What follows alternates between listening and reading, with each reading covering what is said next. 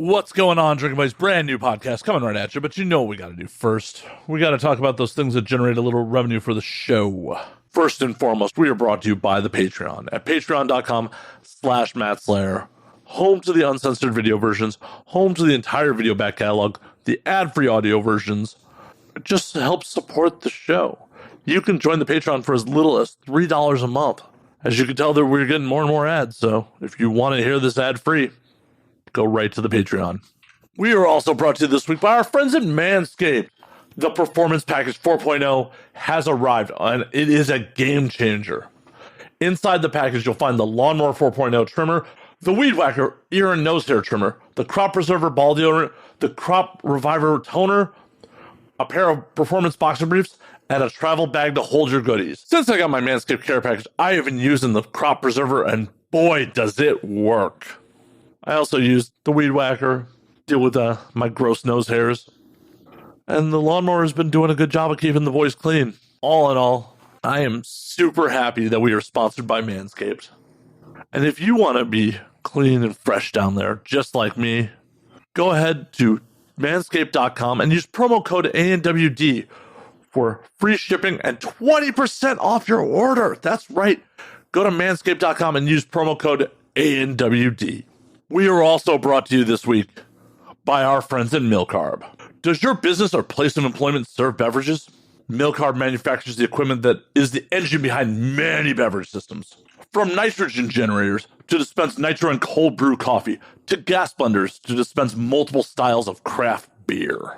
They even offer food-grade air systems to help reduce up to 40% of the CO2 usage in restaurants and bars. With over 5 decades in the industry, Milcarb products are the most trusted equipment for any beverage system.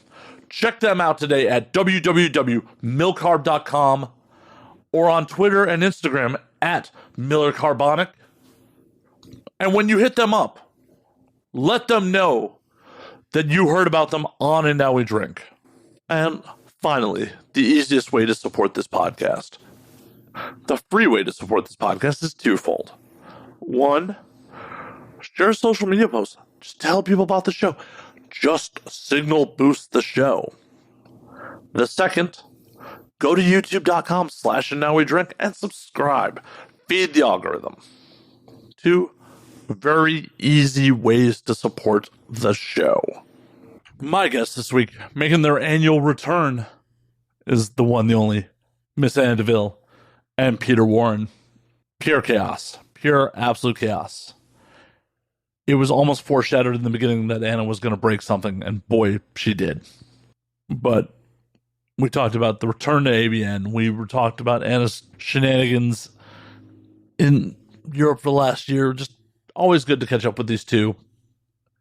We're just going to get right into it. So sit back, relax, pop a cold one, and enjoy Drinking Buddies.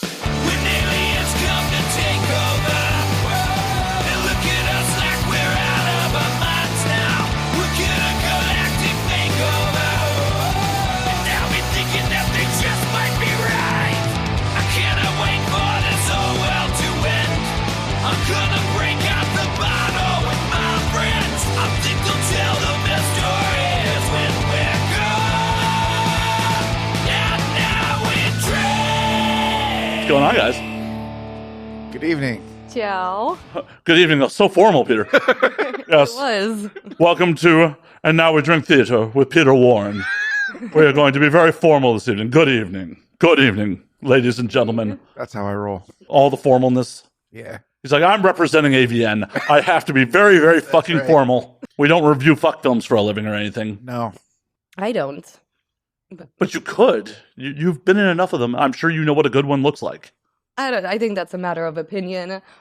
It's all a matter of opinion. Well, yeah, it's art. We definitely don't agree on, well, some things. But I think I definitely like different things. Oh, yeah.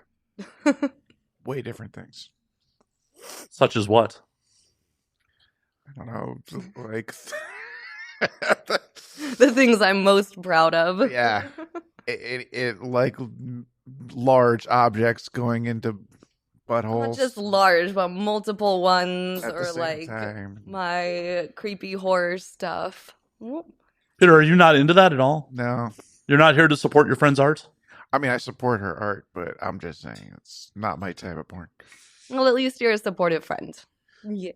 But at least, like, on a technical level, you can appreciate the art. I will say, I mean, I know Perverse Family is her, pride and joy, and it's exceptionally well made. It's a beautiful piece of art as far as art goes. It's just really gross. It's hardcore porn, but it's just really disgusting. But it is my pride and joy, so thank you. I always love to hear that. Peter's like, it doesn't get my dick hard, but I understand that this is a technical masterpiece. Right. And that's okay. It's okay. As long as you're supporting your friend. He does. Absolutely. So what's going on, guys? Like, Anna, welcome back to the States. Welcome to, apparently what's becoming an annual thing because the audience is demanding it. It was already an annual thing, but... Oh, yeah, stupid pandemic. I love that this is a tradition now at this time of year. Yeah, we've kept it going. It's but this is the last piece of, like, the tradition now because, like, we did all the other stuff already. Usually this is before the other stuff, I think. That is true. We almost didn't get it to happen this year. I leave in 2 days, so you caught me at like the end of my trip. But... Well, I'm glad I got you. My audience is definitely glad I got you because, like, the comment section is like, when's ANWD coming back on? When's ANWD? Like, she doesn't live in the fucking country. The exact same time as next year. Right. Always the same time. But I always get that from people too. They're like, oh, I just heard you're in the country. And I'm like, well, I come at the same time every single year. I at least be a shock. I at least put it in your ear, like when you're like, I'm gonna be back this year, like per usual. I'm like, come, we gotta do the thing. Oh, I always plan on it anyways. Aw, It is annual. aw. So cheers. Cheers, everyone. Cheers. Oink. Eh. Clinky. Drinky. So, That's that is good. That is fucking good. It's really good. Okay, so You're like, it's really good. actually, why? Because when you were asking what bottle to get him, and he just said bourbon. So when I used to drink bourbon before I fell down the Scotch rabbit hole, I used to drink like Wild Turkey a lot, but I always heard about Angel's Envy, and it was always when I really wanted to try, but I actually never got around to trying it, because then I just started drinking Scotch and I forgot all about bourbon. So when he couldn't think of a bottle, that was the first one that came to my head. You gave up on bourbon. That's so sad. Well, of course I did, but I mean, we can it was for the best. we can still get you a taste of this before you take off tonight. That feels like very sacrilegious when I'm drinking Ardbeg, but like maybe I'll try a little taste. We'll find something to like do a palate. Blasphemous, but We'll do something that's like a palate cleanser, so you can just like get a little tasty, like get a flight of it. maybe. I mean, I'm not here to twist your arm to drink the alcohol that I want to drink. I mean, because I am interested in it. It was, I don't know, like I said, it was just always one that I heard a lot about, and then I stopped drinking bourbon, so maybe I'll try a little sip when we're done, but I'll stick to Ardbeg for now. Please do, otherwise it's just going to stay here and wait for you to come back. Well, that's the nice thing about Ardbeg, is that it waits for me. It's always there. We have the bottle from when she was here last year, still intact. Oh, intact, but almost gone. I mean, there's a second bottle, don't worry. Yes. And some random Japanese whiskey I picked up at the duty-free shop, so. Okay. I think I tried some Japanese scotch, or not scotch, but whiskey, and I don't know, it's not as peated as I want it to be. I'm sure it's still good whiskey, but it's just not quite my taste. It's not Isla. I mean, I have no idea what this stuff tastes like. It was literally like, I have yen left in my pocket. I need to get rid of it. Yoink. That's a good thing to spend it on. Whiskey. Done. Yeah. Done. So what have you been doing in Prague? What have you been doing with yourself? It's been a year. It goes by so fast, but I know you've done a ton of shit while we've been apart. It does go by fast. Well, obviously, as we've already talked about, still working for Perverse Family a lot. We are going to come out with season 4 soon. So that's super exciting. And I already have work booked when I get back to Prague. More double anal scenes as every year. And more Perverse Family stuff. And then, I don't know. You don't know? That's mostly a lot of double anal, a lot of perverse. What are you doing with yourself in your free time? Like, We were just talking about this the other night. I like to use my typewriter. I brought it over. I put it in my suitcase, and I managed to bring my Smith Corona typewriter to Prague. My parents didn't actually expect me to put it in my suitcase and bring it, but I did. And so that's been fun to use when I'm drunk and I just feel like writing random thoughts and pages on it. I feel like you're living such a like Hemingway-esque life at the moment. You're like, I'm in Europe drinking scotch, cigarette dangling out of your mouth at a cafe with your typewriter. Just Oh, in my dark, like, cozy apartment. I'm just like, I smoke my cigarettes and I can just sit at my typewriter and drink my scotch. It's been good. It's always good. Do sewing. someone needs to actually like film you in your natural habitat with just the clove hanging off your mouth at your typewriter. Maybe hopefully this year, I might start making some of my own content, even if it's just like my personal life to start out with. We'll see.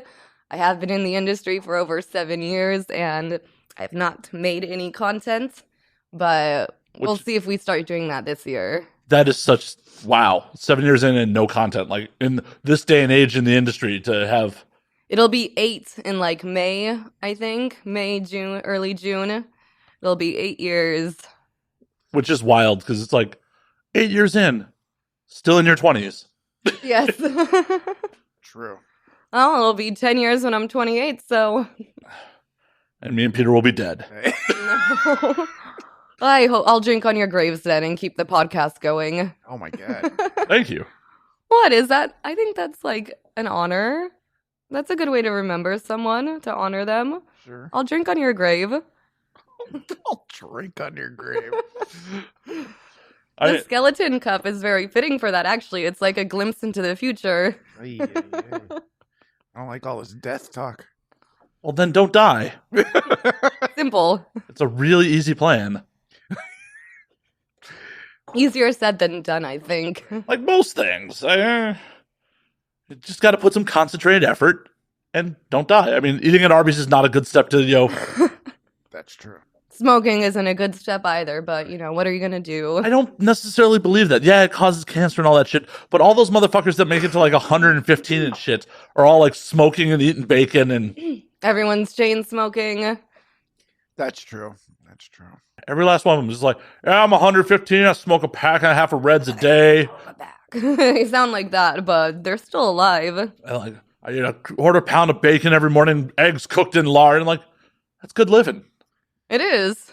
Yeah. I mean, even I'm a vegetarian, but I'll keep eating my cheese. Lots of cheese and dairy.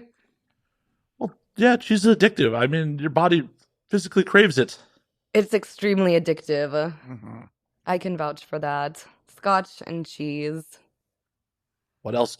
It's another thing that I do at my apartment a lot is having my little cheese boards at home. Just a little charcuterie board just set up. Peter, what have you been up to?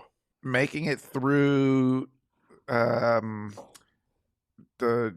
grand return to Vegas for Avian. It was quite an effort. That's true. It was the first one in a while. The family-friendly version this year. Was it family friendly? Oh, Judging by the dress codes. by the dress codes. Nah, it's there's always been dress codes. First of all, It seemed a little harsher this year. I don't know. They don't really affect what I'm going to wear. I don't even look at them. Me neither. Fair. No, then again, if my ass cheeks were hanging out, people would be like, what the fuck is happening here? You can get some spandex. I mean, I didn't really get to walk around the show because I never get to walk around the show because I'm trapped giving talent their tickets all 4 days. So I feed him whiskey. I don't get to do anything else. But yeah, I heard rumblings about the dress code. It's what people were complaining to me about every time I saw them. I Interesting. mean, I know AVN doesn't set the dress codes. No. If it was up to AVN, everyone would be butt naked and fucking on the floor. Of course. Then I probably wouldn't be there because. But then there would be no AVN if we allowed that. I mean, there'd be one last one. I guess, yeah. One grand finale. Well, then it would just look like a Eurofest. Right. See, the Europeans do. Why are we not going to the European conventions? Do they have conventions?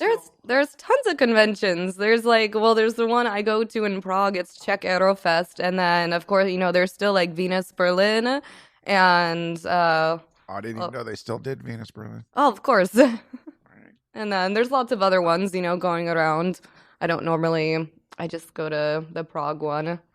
What are the Euro conventions like? Because obviously Peter and I have never been to them. Yeah, I've never been, obviously. I mean, well, the bigger ones, I actually just went to a newer one that was in Slovenia. I don't normally go to Venus. I'm not a big fan of crowds and like that kind of club atmosphere, but having sex on stage is fine. They normally do a lot of like live sex performances, and people can basically do whatever they want. I did a performance this year, actually. It was my first time on stage, and I pissed on stage and fisted myself. I only lasted on stage for about 15 minutes, and then, I cut it short because I don't really like being on stage, but I at least did that. You're like, I got mine, I'm out. I did this. I think that's good enough. 15 minutes is, about 14 and a half minutes longer than I'd last on stage, so. Actually, I started it with pissing. I was like, we're just going to try to take up some time here, and I need to piss, so. Oh my God. I tried to get it on, like, the microphone so they could hear me. I don't know if you could really, they could hear it or not. I mean, of course, the people sitting by, but it would have been cool if it was, like, amplified. Yeah, the people in the splash zone definitely heard it. It was like a Gallagher show. They're like, we got to put up tarps if you're the front row of the ANWD show. Hey. Their convention memory forever. It's like, oh, Anna pissed on me indirectly. Oh. I got the backsplash. So, yeah, that's basically, what goes on at Czech fests, or no, European fests. So it's much more of a club environment. It's Definitely, it feels way more like a sex club. Which, I mean, it's cool for, obviously it's sex work and it's porn. Like I said, personally, I'm not comfortable in a club atmosphere. I don't go to clubs anyways, so I don't generally participate in them, but it's good for the rest of the industry. It makes sense. Setting up a typewriter in a club's a weird look. I could probably make it work, but When they invite you back next time, you should just be pissing and typing. I could do that. I could just sit there and people could just watch me smoke and type something. We'll just get you a chair with a hole in the bottom and just watch you type naked, smoking, and just, whenever you got to go, you just go. I would have to be in like a nice like robe or something, but That's real performance art. Right? that would be cool. Good suggestion. You write a novella while you're on stage. We'll see how fast I can type it on a manual, but I have faith in you. I have faith that you can just knock it out. I mean, it's a novella. It doesn't have to be that, or maybe just a short story. it's some poems. Yeah, you just write a poem about your experience. The man in the front row just leers at me as the urine trickles down my leg. The smoke billows in the stage lights. See? And then you could turn around and sell that and win-win.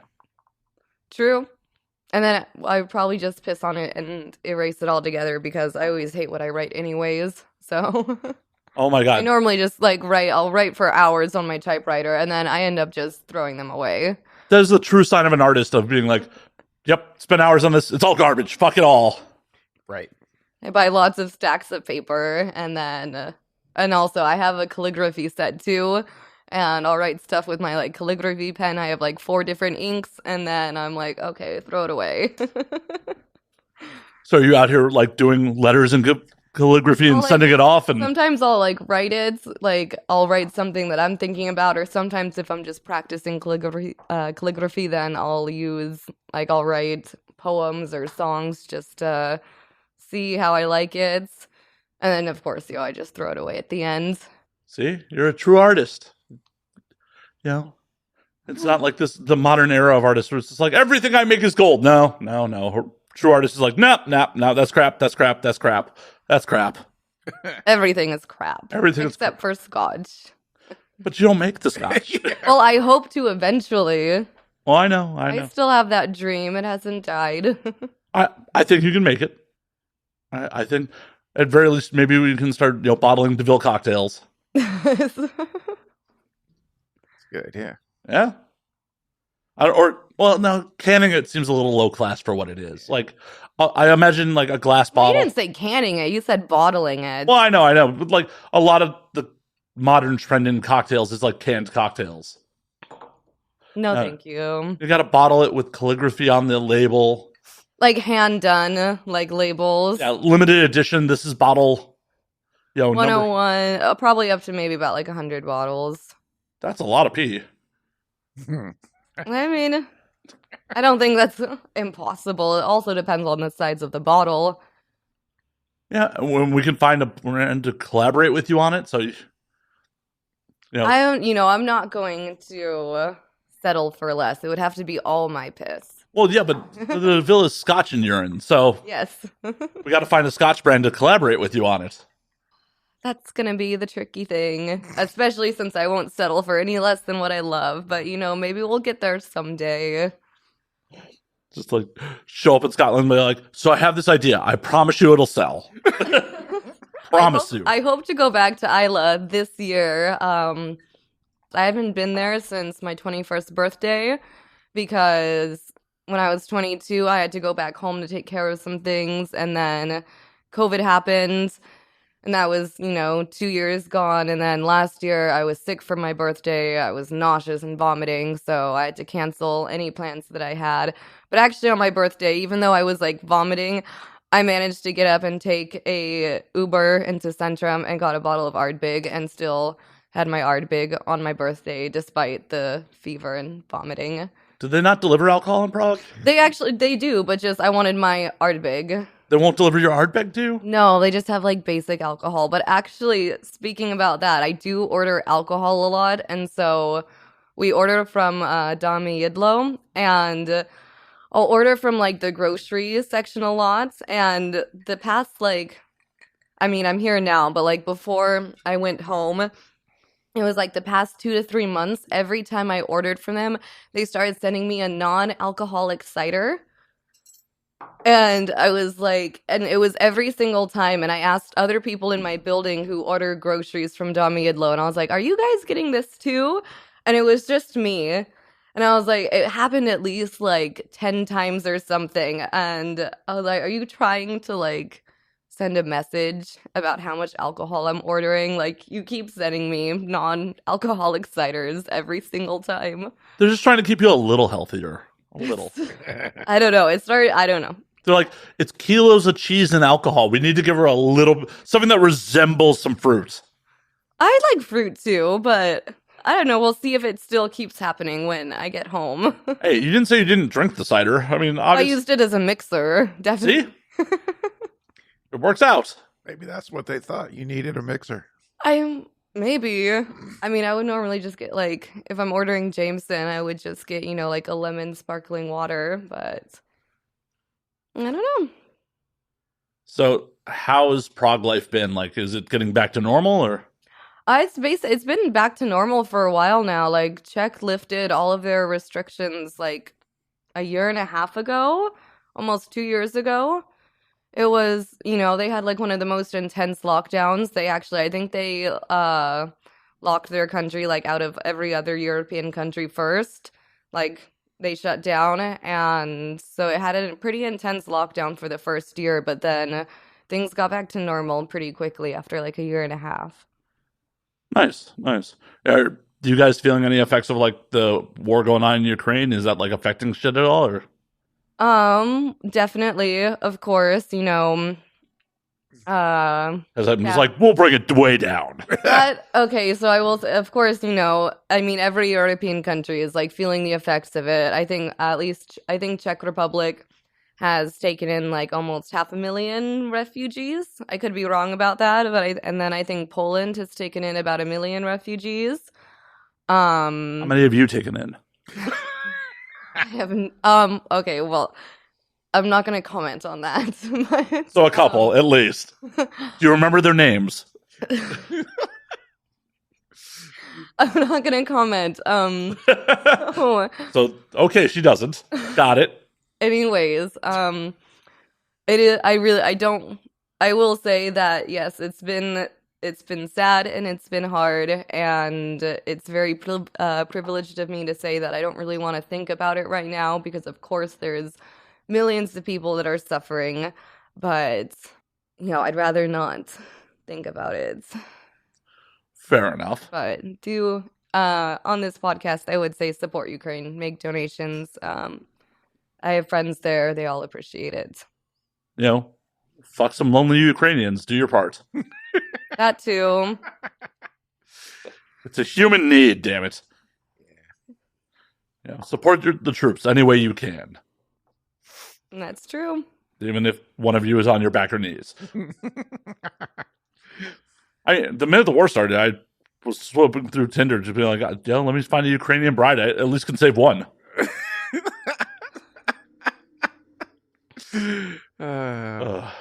Anyways, we're good. Walk away from that. Walk the fuck away from that. Peter, what have you been doing for the last year? Like, okay, for the last year. So I found out, like, let's see, probably like last spring sometime, that we were going to be returning to Vegas. And was there a doubt that it wasn't going to happen? oh, for sure, there was a doubt. There's definitely. So that it would ever return, or just like this Yeah, year? I mean, we didn't know what was going to be happening, but like we finally got the word that it was happening, and what made that final decision that it was happening? I don't know. We just got told that it was happening. So you're just like, It was like a draw out of the hat, yes or no? No, I mean, like we had a staff meeting, and Okay, so there was a staff meeting. and we were filled in on what was going to be happening. was it one of these staff meetings where like, am I being fired right now, or is Avian coming back? Like I don't know. It was a little bit like that. Yeah. Tense. So, but you know, I was overjoyed that day. That was the best day of my life that I can remember in a long. And then, well, yeah, not getting fired and like, oh, hey. and it probably all came crashing down, right? Oh, no. I mean, but you know, then at some point it started to become like the reality of, okay, well, we have to pull this off. And how are we going to do it? So did we pull it off? Yeah, I feel like we pulled it off. Well, the audience probably wasn't there, so that's. No, the audience was there. Oh, I mean, like my audience. Oh, your audience. Yeah, the people that we're talking to right now. Oh, okay. Okay, yeah. So, like, let's see. You know, we have a very small staff compared to what we had the last time we did Vegas. So, you know, I was doing a lot more things than I did before, which is fine. But you know, there were definitely some panicked moments of like, oh God, like this is going to be a disaster. How are we going to do this? How is it going to happen? And like somehow by the grace of God, I don't know, we pulled it off. It happened. It was a real show. I mean, I feel like you say that every year. Well, no, but this is. But I know this year was different. Yeah, definitely. How much staff does AVN have right now for running the show compared to the previous years, like numbers wise? Or well, I mean, it's more people who like came on. I mean, we had like a number of people who like returned to working on the show, who I haven't seen in a long time, you know, but we brought them back in. So that was good. I mean, I don't know exactly how many people that amounts to, but obviously it's more than our core staff can do, because our core staff is literally 5 people. You guys got a lot done for 5 people, by the way. Yeah. Yeah, so that deserves a cheers. Cheers to that. And, you know, there was also, it was kind of down to the wire with figuring out what the seating situation was going to be, because I didn't even know until like very soon before the show, like that we were even going to be in the theater that we were in. And like we finally got word just like literally weeks before Vegas. I that, don't like, even want to think about we this we thing. we were going to be in this big theater, and this was what the situation was going to be. But there were a lot of people who thought that we would have like tables like we traditionally have for that people could buy for like their groups to sit at, and this is not that kind of theater. It's Stadium all, seating. It's all, well, it's theater seating. There is no spot for tables in there, so we had to do that differently. Did you guys just do whole sections for groups, or We did. We sold like blocks of seats to people, and just figuring out all the talent seating. I mean, that was well, I can imagine it's like, who can we not sit next to each other? well, that's always my job, but like, it was entirely my job, and it was a very gargantuan job. So how do you figure out who you can't sit next to each other? It's one of those things that You just have to know, be in the know. you just have to. Well, yeah, but that's a lot of personalities to keep track of, Peter. Well, That's kind of his job. It's my job. I know it's your job. Literally my job. I'm asking you how you do your job, man. You got to spend a lot of time on Twitter. I can see that.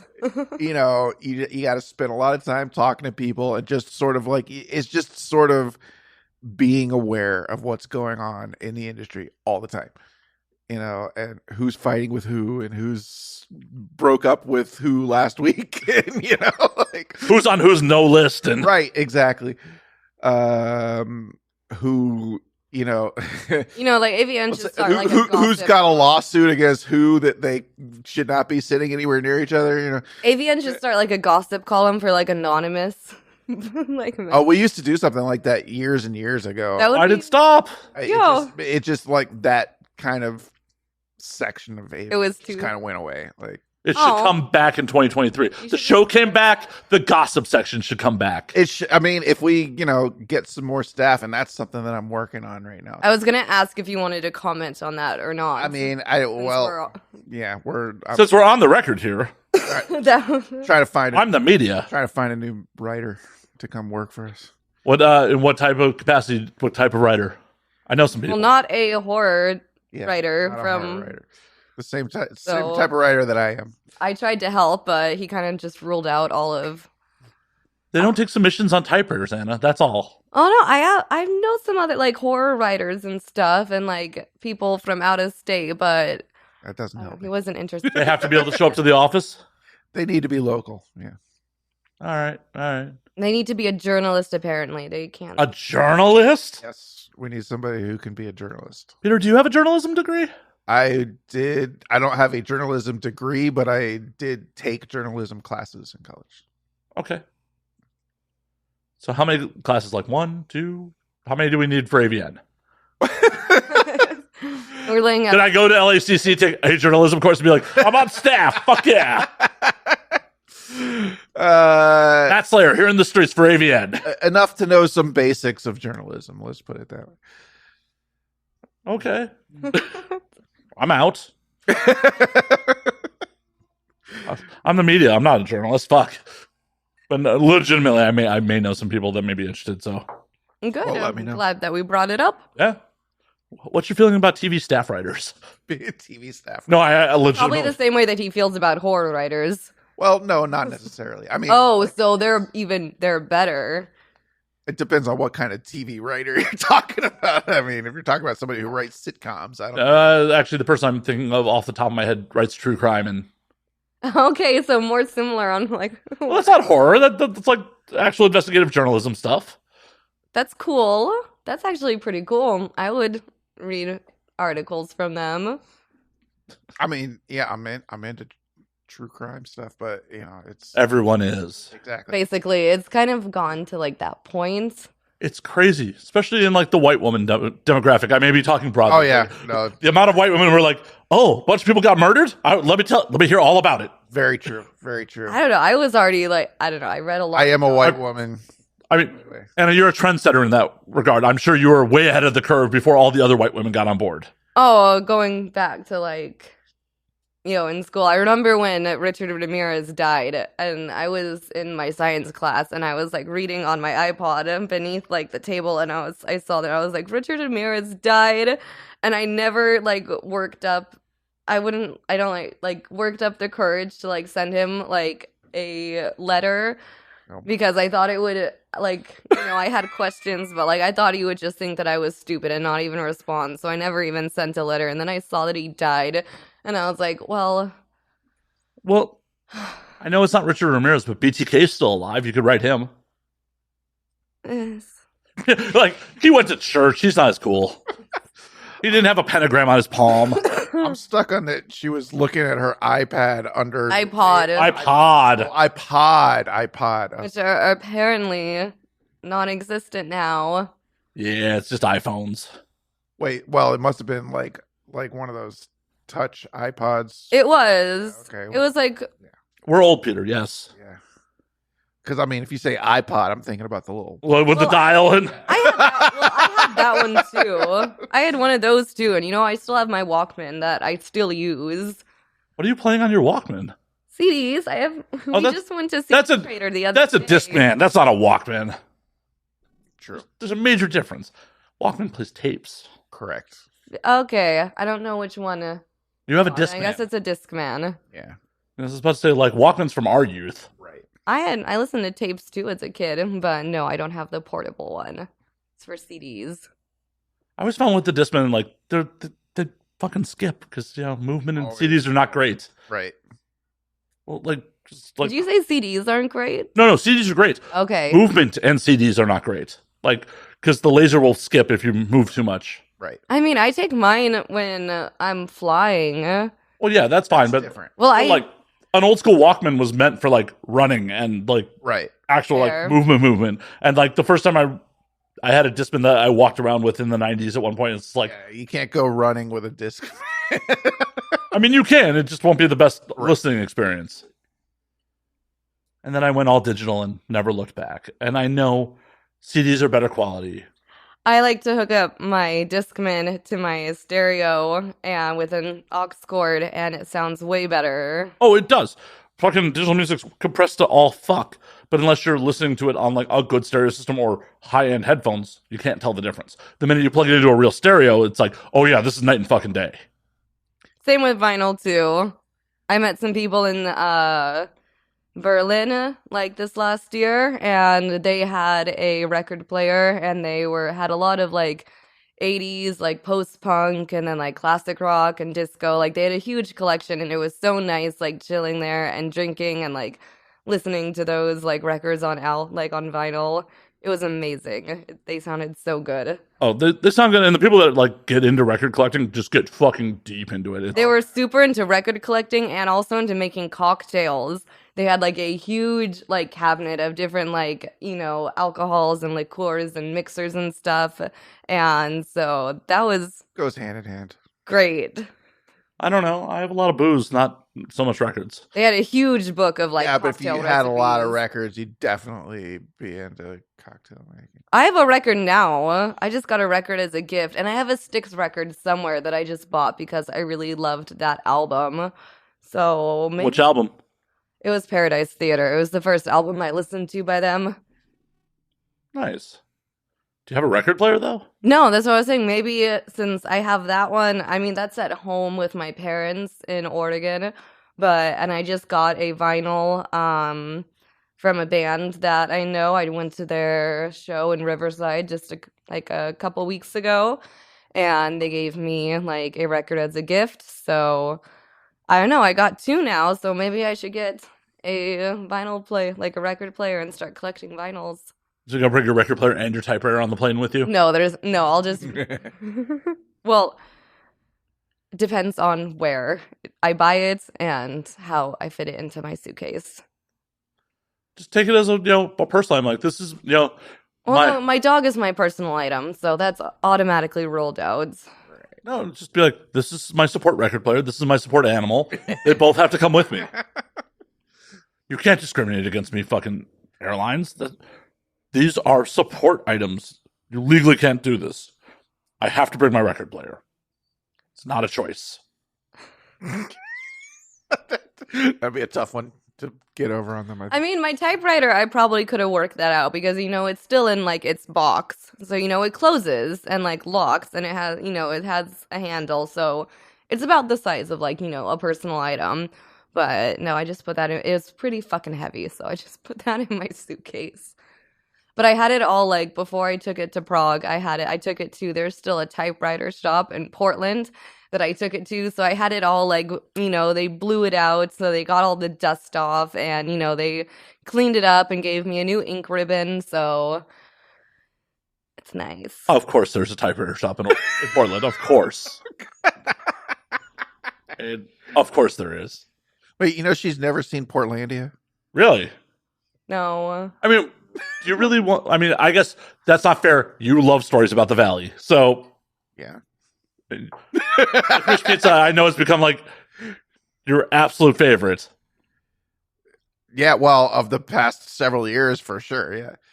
I was about to say, like, do you really want to watch stories about your things you know personally? But I guess in your case, you definitely do. Of course. I don't watch shows that much in general, so I just rewatch the same movies over and over again. I mean, you would if there was a TV show about the town that you grew up in, wouldn't you have some inkling of curiosity? Well, No, I'm from Chicago. There's a lot of movies. Well, okay, technically it's a city, and technically I am not from Portland either. So, I mean, I worked in Portland, and, I could go into Portland if I wanted to, but I'm from Beaverton, so... Okay, well, close enough. Home of Nike, right? Beaverton, yes, is the home of Nike. I used to live right down the street. So when the Nike documentary comes out... It was actually really fucking annoying living down the street from, like, the Nike campus, because I remember one day I was trying to go to work, and I was taking the bus, and, like, I was walking out, and, like, the streets were completely packed, like, full and blocked off, and, like, the buses were gone, and I was like, what the fuck is going on? And it was, I guess, like, I think it was Obama that was visiting the Nike campus, and I was like, Jesus fucking Christ, like, I need to get to work. Obama fucked up your day getting a new pair of Air Force Ones? That's really fucked up. Wait, okay, so you're from Chicago. Are you telling me you're not into the Blues Brothers? I mean, because it's a classic movie, not because it's... And like, that's more... Chicago 10. Yeah, like, it's like, that movie's great no matter where you're from. Like, that... But I'm not sitting around watching Chicago Fire or Chicago PD. Fair enough. Or Oprah. They're filming in Chicago, yeah. Okay. Yeah, Oprah has... Harpo Studios is actually pretty big real estate in Chicago. Yeah. I'm not watching Springer. That was taped in Chicago, too. I'm actually kind of bummed I never went to a Springer taping, but you can just sign up and go. Should have. I should have. In the late 90s, early 2000s, I definitely should have just gone to a Springer taping. Absolutely.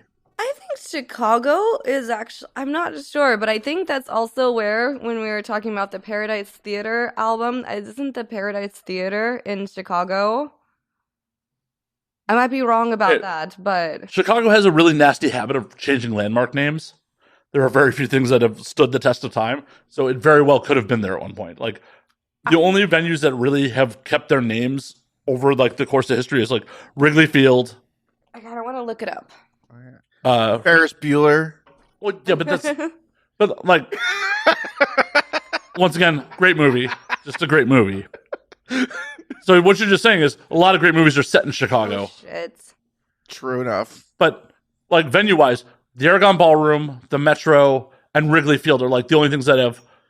And maybe the Riviera are, like, the only things that have kept their names since, like, their founding. Comiskey Park, which is... I don't even know what they fucking call it anymore. It's changed, like, names, like, 5 times. The Rosemont Horizon is now the Allstate Arena. Shit out of me. They tore down the Chicago Theater and turned it into the United Center. Like, Chicago doesn't keep its fucking landmark. Like, it's to the highest fucking bidder. You'd think that would be more of an LA thing. I mean, it is to a degree. It is the Crypto.com arena now. Right. Which, it was the Staples Center before. Like, I love that we have such loyalty to a brand name for an office supply company. It is. Okay, the album is a fictional account of Chicago's Paradise Theater, from its opening in 1928 to its closing in 1958. Well, that would be why. Okay, there you go. I'm not quite that old, Anna. Oh, well, I was just, because we were talking about Chicago and then Paradise, I just made, like, the connection in my head. I was like, I'm pretty sure that's, like, the picture on that Well, and album. are the guys from Paradise. Styx even that old? Fuck. Styx is from the 70s. Yeah, that means they're like born in the early 50s. Right.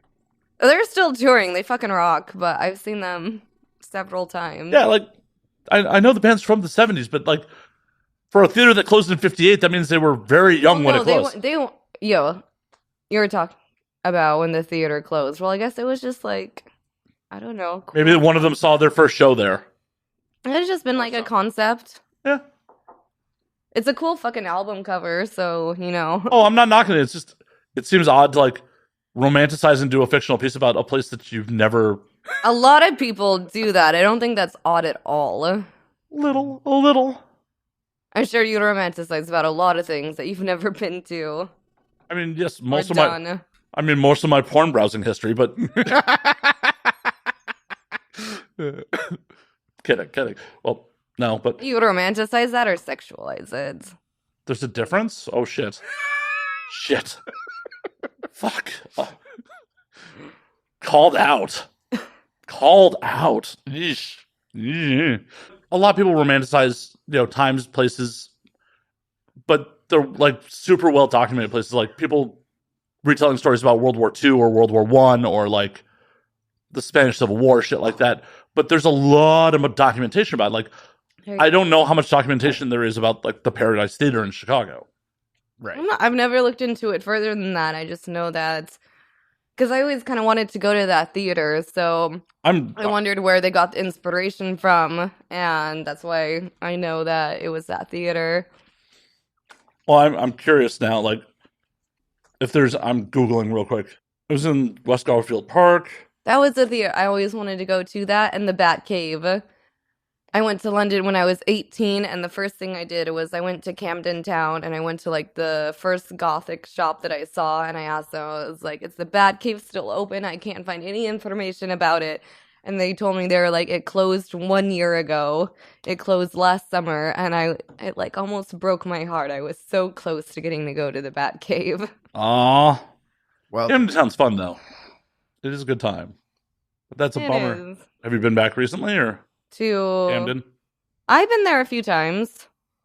When was the last time you were there? It's actually been a while. I was in London it was almost a year ago. I think it was last year or the year before, but I flew to London and then I took a train down to, I don't know, somewhere south to shoot for Harmony. And I didn't spend any time in London, but before that, I think it was like 3-4 years ago because my cousin lived near Camden. Nice. London, it's been, Jesus Christ, it's been a decade. I'm going to be dead soon. So dead. Wow. It's been a decade since I've been to London. well, I've never been there, so. Well, you can fix that, Peter. He's never fucking visited me either. It's been like over 5 years. But Why have you never visited her, Peter? Why? Because that would require me buying a plane ticket to go to Europe. Yeah, I mean, we could buy you a plane ticket to go to Europe right now. It's really not that hard to do. It's really not. I book a lot of friends' tickets. It's really not. Well, why haven't you booked Peter a ticket then? Because he can pay for it, or you can have some company pay for it. But I'll book it definitely. Aren't you independently wealthy now? You can't just get Peter a Spirit Airlines flight to Maybe I'll do that for your birthday. My God. do it for your birthday. Oh no, my birthday is going to Isla. Well, book him a flight to Isla, and then you guys can go back to Prague.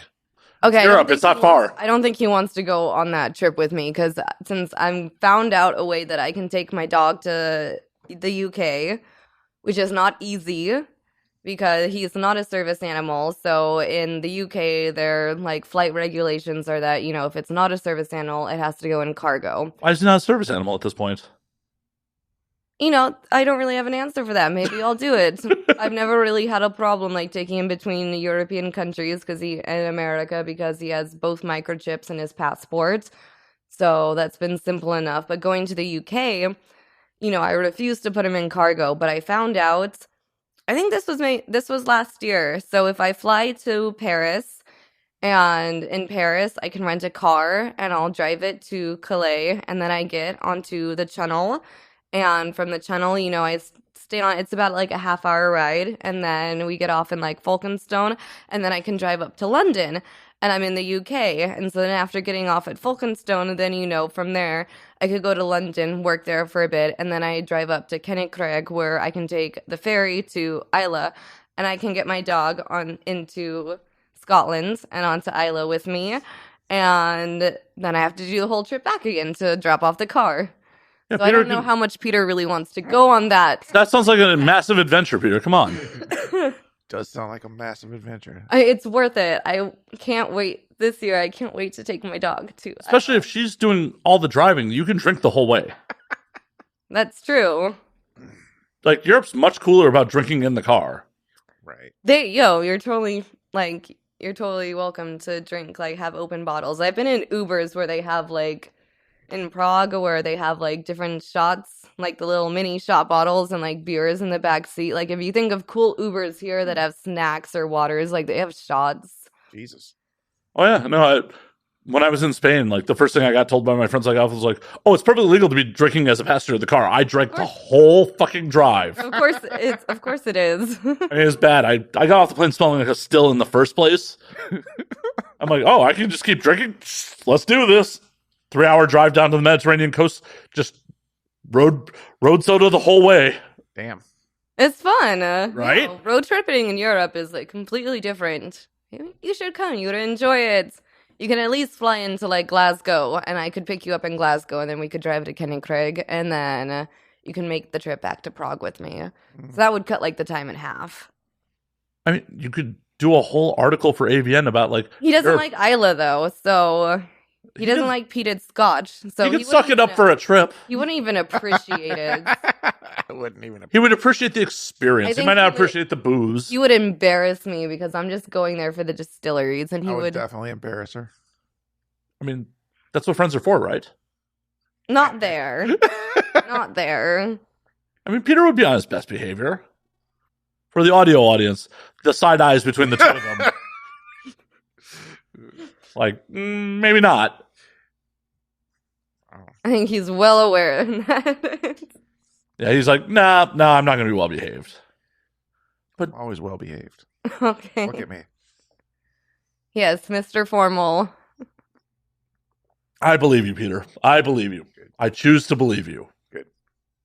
It's a direct choice. It is a direct choice against every fiber of my being. Every molecule in my body and every gut instinct's you shouldn't believe this. You've known Peter Warren for many years. You should not believe this. But here I am, stating on the record that I believe this. Okay. He has faith in you. I'm glad. Momentarily. This is America. You're innocent until proven guilty. This time. Exactly. I was just talking about that. In what regard? I don't want to say. Oh, God. So again, no comment. AVN gossip column it is. Got it. Yeah. Oh. Yeah, there definitely is. Adult Twitter's been very interesting in the last couple days. Oh, yeah. Has it? I barely see anything on Twitter anymore. My notifications are gone. I'm surprised that I even saw your notifications.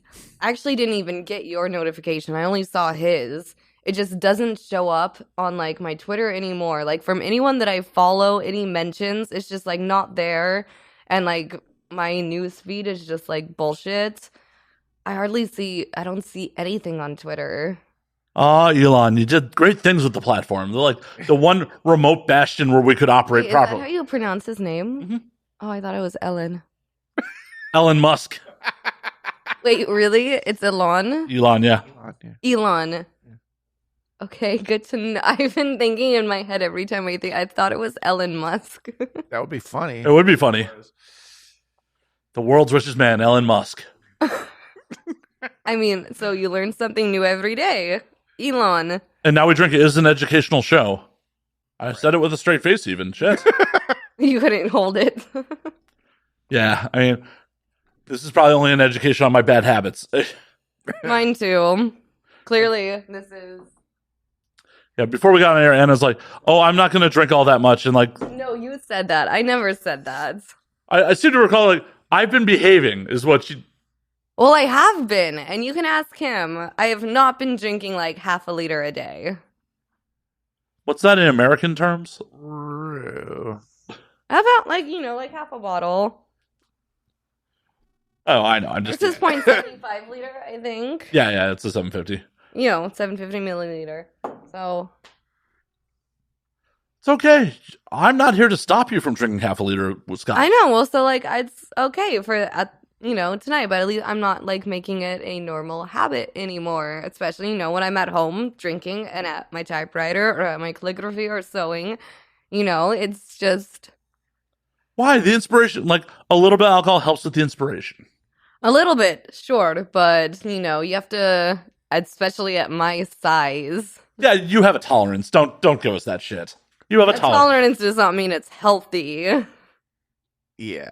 Yeah, I'll advocate a little bit for this, but I'm done with that now. Fuck it. I want to drink. So, Then drink. I am not here to stop you. I am quite happily doing that, but I also Awesome. do want to take full advantage of this time to smoke another cigarette because I'm getting my teeth whitened tomorrow and I have a 2-day white diet and no smoking. I need to get some nicotine patches and I am drinking, so obviously I would really like a clove right now if we can take a little break. Yeah, we can take a pause for a clove. Thank you. And we are going to pause for a clove. And we're back. Anna's had her clove. Apparently has destroyed one of my pillows during the first hour of this podcast. I apologize. It was pretty warm and I don't wear underwear, so I know. I'm painfully aware.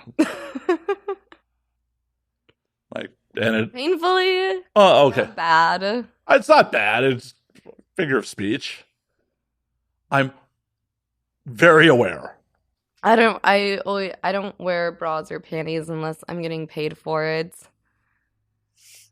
Makes sense. Those things aren't free. You should be paid to have them. It is warm though, especially after drinking scotch. Yeah. I wore this for outside, but this is actually used to be my mother's top. Aw. I have some of her clothes. I like it. She gave it to me. But we don't need that inside. Okay. It's true. Unfortunately, because studio setting and recording, there's no air conditioning running, so it gets a little warm. Sorry. And it's beating up my microphones. We talked about this, so I have never broken anything Yeah. despite all of this, so. She did say yet. And she's like, I'm going to just kick that camera, and I'm very happy. I can't promise anything, but. I know. Ay. I'm just nervously can we make it through the whole podcast? If she breaks something, will it at least be after we're done recording and everything's saved. Right. I did have a guest last year kick the power cord out of that camera and completely lose my camera for the whole episode. Oh, no. Oh. So it's a really weird video version of just me talking off camera to her. Wow. Or sometimes I'd cut to my camera and I would just film the separate footage of me shaking my head.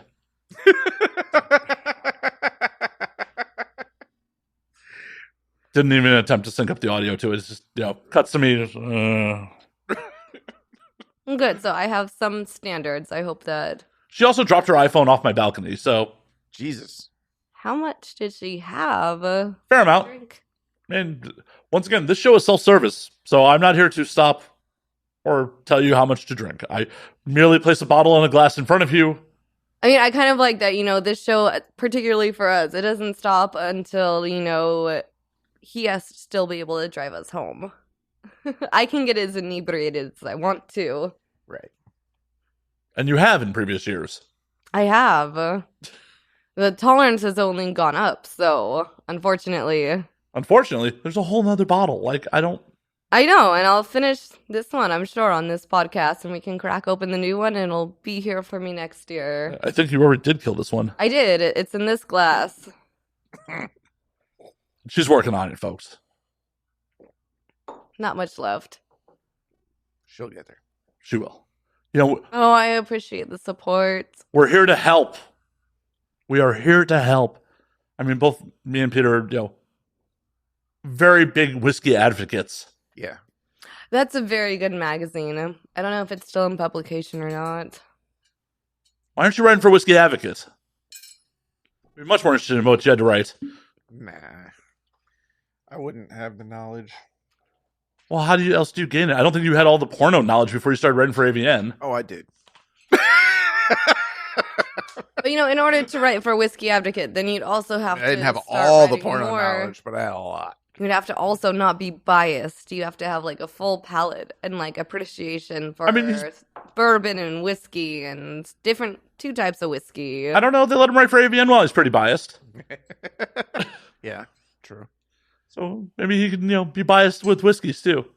So where did all this? Why am I not writing for them? I don't know. Why aren't you? I don't know if they're still in publication. I have a lot of their magazines though. Well, I'm going to research to see if they're still writing stuff. Peter, where did all this porno knowledge come from before you started for AVN? It's probably not wise for me to speak on that. Oh? Okay. Some things are better left unsaid. Yeah. So wait, I just want to check in. So you guys are enjoying this bottle. It was a good recommendation. It's horrible. The worst I've ever... Whiskey Advocate is definitely still a thing. Yo? Yeah. You can get 1 year for 1 year subscription for only $22. I had a subscription when I lived in Los Angeles, and I took all those magazines. I have them I have some. I have like on my bookshelf. I have like 2 shelves dedicated to like my scotch and whiskey and like my magazines and my books. And then I also have some of the magazines in my bathroom. So if I just want to sit on the toilet and I can read Scotch Advocates, or I have some like haunted places too, like those magazines. Why is there not a photographer just following you at all times? Like, you just sound like you just have this magical life, like that could just be so captured and so cinematic. Just like Anna just sitting on a toilet. I don't know, for whatever reason, the minute you're in Prague, I just feel like you have a clove dangling out of your mouth at all times. I do, actually. I use my sink to ash. But I just have this vision of you like sitting on a toilet with like clove dangling out of your mouth, reading a magazine. You're like, I mean, you don't have underwear, so there's not the visual of your underwear around your ankles. But like, I feel like that would be part of the shot. No, but I am small enough, so if I'm spending enough time in the bathroom, I can squat on the toilet and read my magazine and smoke, and I ash it in the sink. Well, I just imagine you in this very pretty outfit, clove dangling out of your mouth, reading. As part of my vision, you do have underwear around your ankles, but I know someone would have to pay you for that shoot at that point. Exactly. Right. But Peter, do you have that vision? Could you imagine that? Oh, I can totally see it. Something with like some fur around the collar, like a night coat, like a... I collect, like, actually, it was not ever my intention, but I realized that, like, probably most of my money goes, I love lingerie and, like, of course, like, vintage, like, just any type of clothing, but I have more bathrobes than I ever expected to have. And I don't know why that. I just buy a lot of them. I really love my lounge clothes at home, particularly bathrobes. I have a very nice one at his apartment that my dog loves to lay in when I am not there. I have my velvet and like the floral. It's like silk on the inside, and it's like a floral print, and then it's velvet on the outside, and it has like a cutout in the back that's really pretty. I wear that all the time. I think it was like €500, which is not. It's eh. I don't think I own a single thing that's worth €500 that I wear. No, when you're naked and you're not wearing underwear and you're just sitting in like a silk and velvet bathrobe, I'm sorry, but like there's no feeling that's comparable to that. See, this should be a photo shoot. Yeah, it'll be good. It would be. I've learned something about Anna and her dog during this trip. This trip? Yes. We always stay with you. What's new? That her dog is sort of tied to her like in an E.T. and Elliot kind of way. It has like a sixth sense of what's happening with her at all times. And like, as one example, it like, if I just come and walk into my apartment by myself, he's just sitting there, pays no attention, like has no, like could not care less that somebody is walking in the door. If she's there, he knows before we walk in the door. Yeah, you probably can smell her. That she's there, and he is sitting there waiting with bated breath at the door for her to walk in. That's example number one. I mean, dogs have very sensitive sense of smell. I'm not saying you smell, Anna. I'm just saying, like, dogs can be trained to smell cancer, so they can definitely cloves. That's Anna.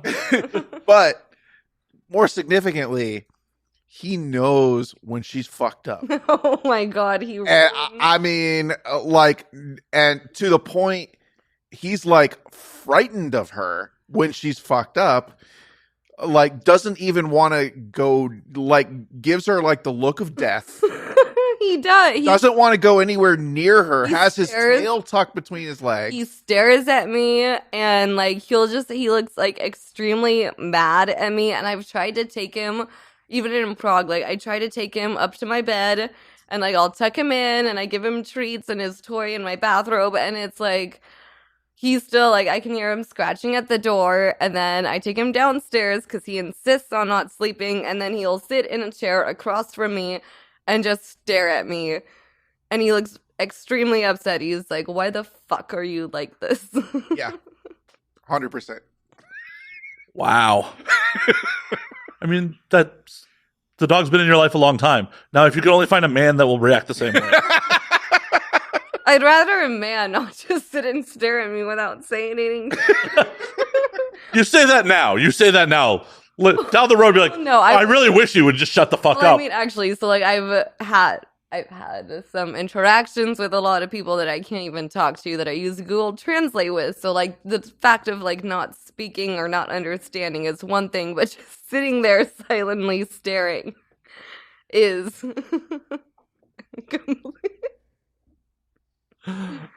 Okay, I guess that could be a little like creepy. right now he would be probably in that chair and he would just be like, Yeah. Mom, are you getting fucked up right now? Oh, it's gonna be a long night. Oh. okay. And the thing is too is that when I get fucked up, he knows when I am fucked up and he knows how to respond to what I'm doing, and it makes I start getting paranoid. And I have spent like €1,000 vet bill because I got fucked up and he started, acting weird. And I was like, oh my God, like something's wrong. And I took him to get like his blood drawn, his like lungs checked, like x-rays of his heart and like the sounding and like. Wait, you sounded your dog? No, not. Wait, what? No. Like, like his heart, like, what is it when they do, like, for... Stethoscope. Okay, yeah, sounding's a completely different thing. Not a stethoscope. It's like when you're pregnant and they do, like, the... Mammogram? That stuff. And, like, I had... CT scan on the... I had, like, him, like, his dental work, like, he was knocked out, and they took x-rays of his mouth, and to make sure, it wasn't like he had a problem with eating, because none of his teeth were inflamed, he didn't need any teeth removed, and they did cleaning, and, like, they were just like, there's nothing wrong with your dog. And I got the sense that he's kind of like looking at her like, this is not my mom. Like, this is somebody else. Oh no, he's well aware. He just like, and he knows that he gets attention when I start getting paranoid. And you saw that too. And I put food and like treats and I'm like, oh my God, what's wrong? Here's so many treats and like, here's so much. And then he just like, I've like ground up, and I'm a vegetarian. I've started like buying like meats before when I get worried about him if he won't take a treat, and I'll buy like beef and like ground beef and like mix it with eggs and fry it and like give it, and he's like,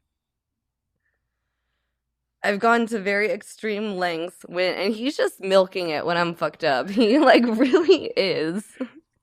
That dog is living a much healthier and better life than I am. Jesus, like, yeah. I can't remember the last time I got nearly that much medical attention. Oh, yeah, no.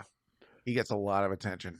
Of all. Even, like, since I've been here, he freaked me out, and I took him to, like, the vet, and I was just like, I'm nervous, and they were like, there's literally nothing wrong with him at all. See, since he can tell when you're fucked up, you got to train him how to be able to bring you water when you're fucked up. Like a St. Bernard with a little barrel. Here, Mom, you need water. That'd be amazing. He knows, so why not?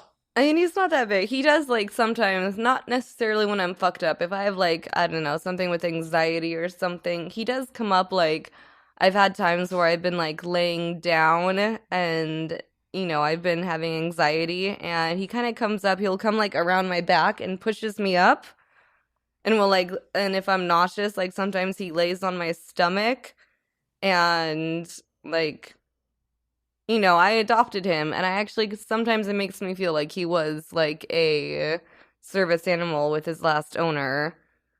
Aw. Where'd you get I him? don't. There was a shelter in what was it, Canoga, Woodland Hills, somewhere over there. It was here in LA. I adopted him. He had been in the shelter for 8 months, and it was actually I don't know if I ever talked about it. It was a really fun story. I don't know if you remember it. I don't know the story. So, we'll get into this story. When I had been staying with Spiegler, when, I began doing porn, and then I got my first apartment here. Like, it was before I was 19, so I was still 18. And I was going to a shelter to, like, talk to them about their foster program. So, just like rehabilitating dogs or cats before they get a new home. And my Uber driver, before I had a car or my license, they saw that, oh, you're going to the shelter. My daughters have been asking about getting a dog. Do you care if I come in with you? And I was like, asking if like I don't think they're stalking me or anything. Right. And I was like, sure, like of course you can come in. And so me and my Uber driver go into the shelter. And my Uber driver ends up finding a dog that he wants to adopt. And then he tells me that you should get a dog too. And that was not my intention at all. But I was like, okay, well, let's look. And so we went into the back, there's all the kennels. And I saw like a little white terrier. And I asked one of the workers, like, can we take this dog out so, I can see him? And this little, like, white terrier started getting, like, so excited when they were undoing the lock of the kennel that he started running in circles around, like, the cage. And he pulled the blanket off Jamie, who was sound asleep under, like, the blanket that I didn't even know he was in that kennel. And around like 100 barking dogs, I was like, I want that one. And so we had to go into the kennel. We had to literally like pull him out of the kennel because he just wanted to lay in his bed.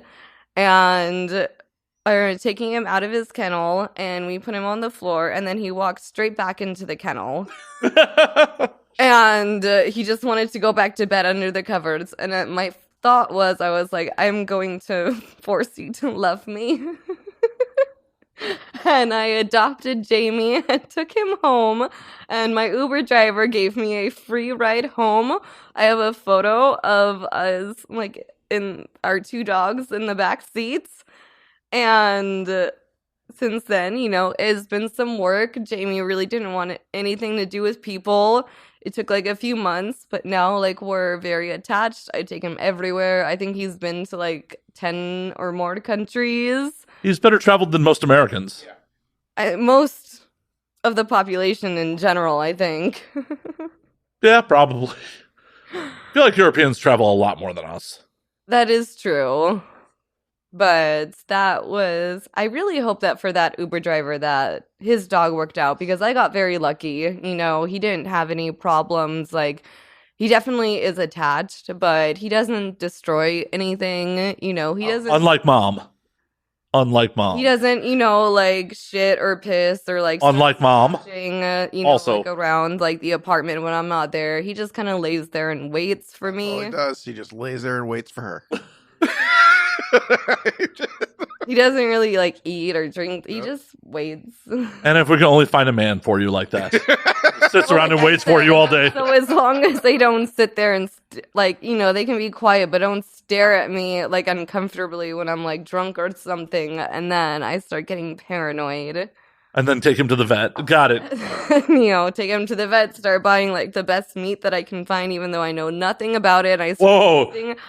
You're making someone to sign up when you're like, I'll buy him the best meat possible if he makes me paranoid. Well, I start texting my friends. I'm like, how do I cook this? I'm like, I have no idea what to do. I'm like, can you please give me recommendations on like how to, I chopped up this steak and I'm actually touching it, which is disgusting. But, like, can you please give me some recommendations on like what to do? Because I honestly have no idea. Like I said, he milks it. He's a smart dog. Too smart. Like I go through a little discomfort, get poked and prodded by some strange men, but then I get steak. See, that's how good steak throughout is. The entire time, and he won't eat the steak. And at that point, that's when I'm like, okay, I'm taking him to the vets. Because I'm like, what the fuck is wrong? Why are you not eating this steak or something? Maybe he has a doctor fetish.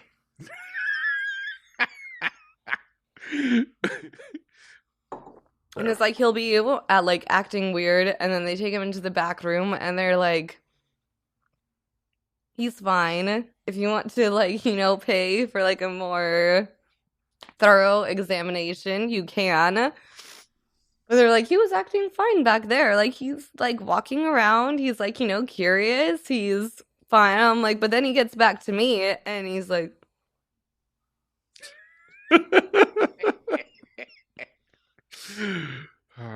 That's a funny little dog. Peter, have you adopted any strange animals lately? No.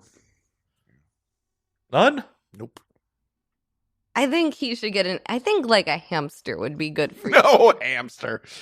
I think I could see you with a hamster. I could not see me with a hamster. Could you? Yeah, I could, but the rumors going around the internet would be real wild. Yeah.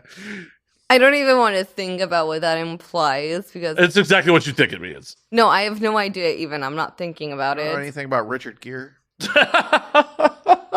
I do have some ideas though about what happens in American Psycho, but anyways, in the novel.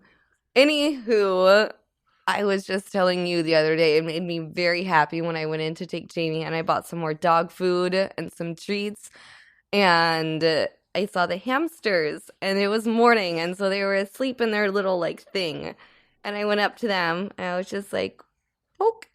And one of them like woke up and it came out to see me and it put its little paw on like the glass.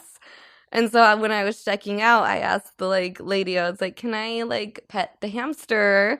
She was like, sure. And she opens like the cage or like, I don't know, whatever you call it, the tank. And like I put my hand down and like I stroke his little head that came out to say hi to me.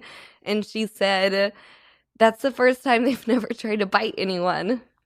Aw. Wow. And I was like, oh, that makes me feel very special. That's some Disney princess shit right there. And it's just running through the forest. The animals are singing to her, not trying to bite her. It was just like, it was like, and they came out and they were like very sweet. And like it gave me its little paw and I like petted it a little bit. And she was like, you're the first person they didn't try to bite.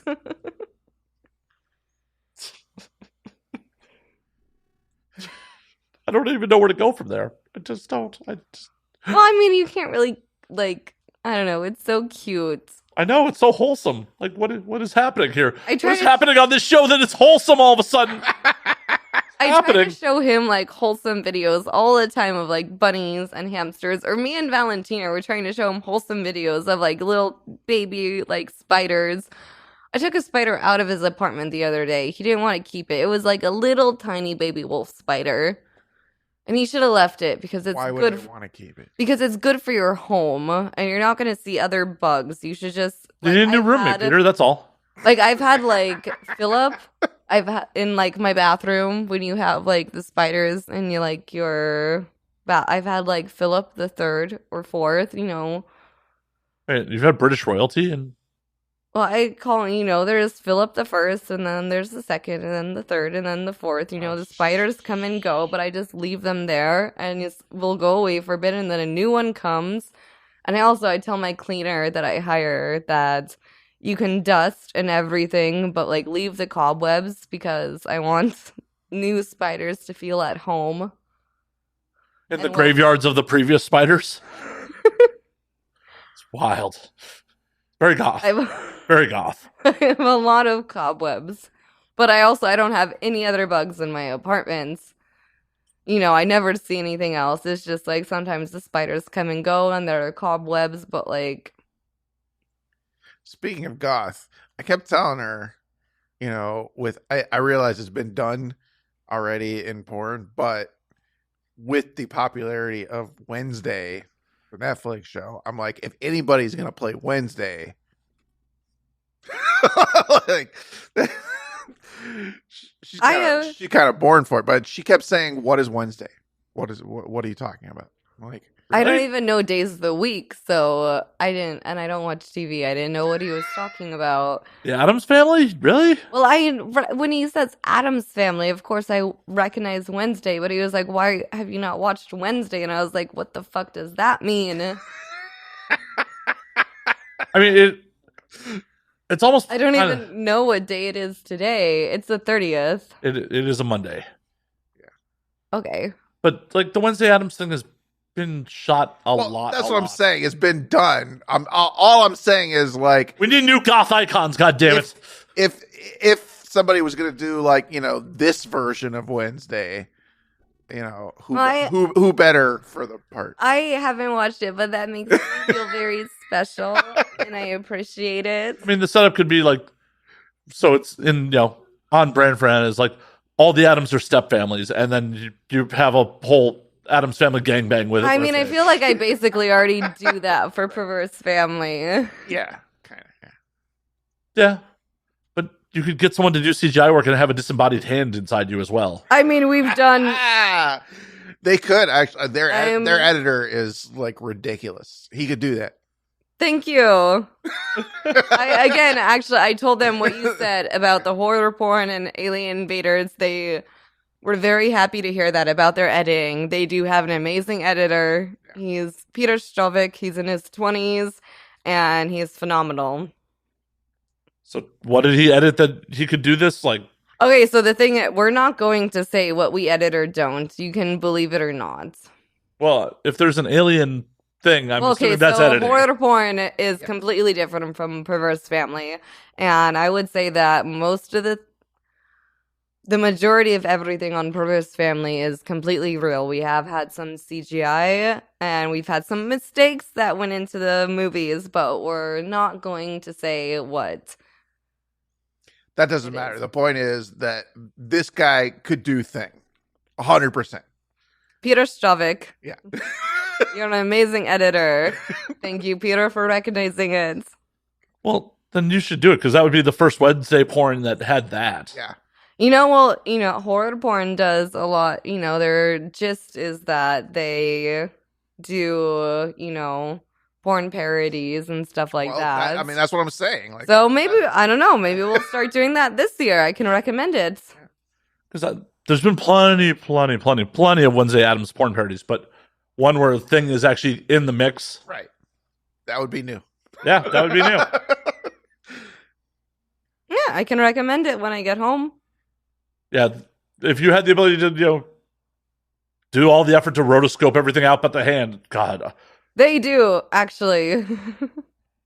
Because I know how labor intensive that is. As someone who edits, like, it's actually insane how labor intensive and like how far they will go with their budget and what they do. I mean, you should see the thing that they did that we nominated for editing this year. It is an alien thing, but it looks like Independence Day. It's like, tell us about it. Shit. Watch it. I mean, yeah, but like, tell the audience about it. Like, I'll watch it. It's what's the name of it? Alien Invasion. Alien Invasion. Yeah, it's like I've never seen such advanced like special effects in a porn movie in my life. Like, it's absolutely insane. Did it win? It did not win, sadly. How did it not win? Well, I don't know. We've talked about this. I feel don't know, but it didn't win. The voter panel kind of like disregards. I mean, maybe it got disregarded because it was just a featurette as opposed to a full feature. But it's on such another level that because that company already really appreciated. I told them that you said that, and then even having it on this podcast, it just makes me really happy that they're going to hear it. And, it doesn't, like, make them sad. They're like, okay, we didn't get the award, but we're gonna keep going. Hashtag robbed at AVN. Right. Speaking of weird AVN stuff this year, Yes. why were there 45 fucking podcasts for the best adult podcast category? 45. Yeah, there were 45. It was a fan vote, but No, it couldn't be 45 because that's an odd number. it was 40 something. It probably was 44. Oh, so you only do even numbers? No, because of like the way the website is. It had to be, or maybe it was 45. Because it's like 5 across or something. So it's got to be like, Okay, there were still 40 odd podcasts on there. Why? there's just so many. There's so many podcasts. There's so many podcasts. That You should have seen how many got pre-nommed. How many got pre-nommed? I don't even like hundreds, literally hundreds. Okay, well, thank you then, because I will go on record because I have done this on record. It's like I felt like it was a participation trophy this year because I'm like everyone who's ever done an adult podcast got nominated. It looked like No, definitely not. Like only ones that like I had actually heard of. okay, so you. That way, Well, I'm glad we made the cut then. yeah. Like I haven't been on that twice. I guess I've heard of it. Or if it had like kind of a funny name like the Porn Stash podcast or something like whatever. Just if it's like a little catchy. Yeah. You can make like a little commercial to it. For sure. There were a couple I was just like, what are they doing here? Like, Guys We Fucked was like, why are they here? That's a huge show, and they're That's a good. huge show, right? It's a huge show that's good, but it has nothing to do with the industry. But it's adult podcast though.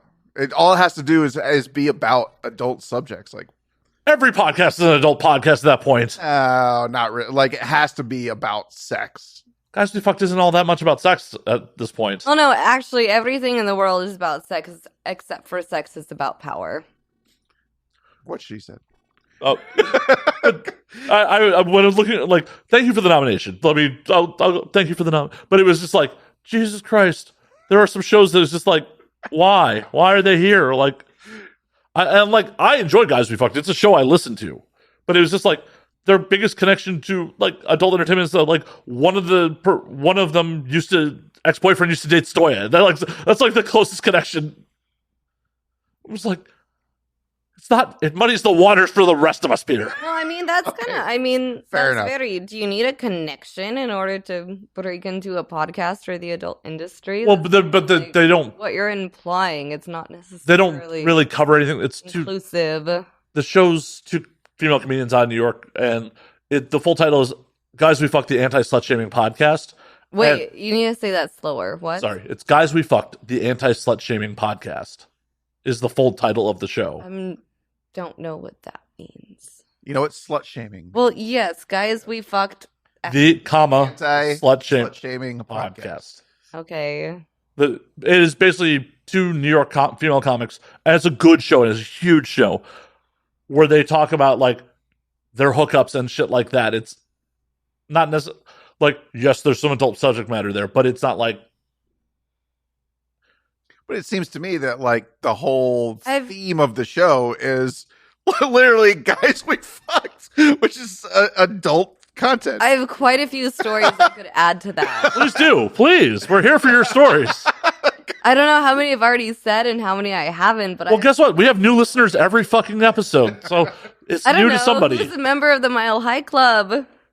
Oh, and who didn't leave their seat for it? Jesus Christ.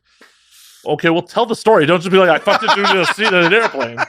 That was actually the first time I went to Europe. I was 18 and I was going with my friend. Well, actually, I flew to London and saw my cousin, and I took the train through to Paris and then to Geneva to Milan, and then I met up with him in Rome. And then we met up there, and then from Rome we flew to Greece. And on that flight, there was like hardly anyone, and like we had a row, and obviously, like, when it comes to my undergarments, or lack thereof, and like what I prefer to wear, like, people say that I dress very nice in a dress, and I'm like, I'm just extremely fucking lazy because I'll put on one article of clothing. And so, everyone was laying down, and it was pretty easy to we had the entire row to ourselves, and it was fairly simple to just like look like we were cuddling. And And you ruined a seat there too. So- Got it. That's and what I you call don't a know callback. the amount of times. But then I like on trains in the bathroom. Also on that trip, I was on a train that got stuck because lightning like struck the train track. So we were like kind of stranded in the middle of nowhere. And eventually, like, the passengers were all like very annoyed. So they opened the like doors so that we could go out to smoke. And I remember sitting there and this like guy walked past me and he just like threw a magnet into my lap. It was a magnet from Paris. And then he just like kept walking by and didn't say anything. He just threw a magnet. And I actually still have the magnets. But I was like, what? And so I got up. I was smoking. And I was like, what? I got up and I followed him into the train.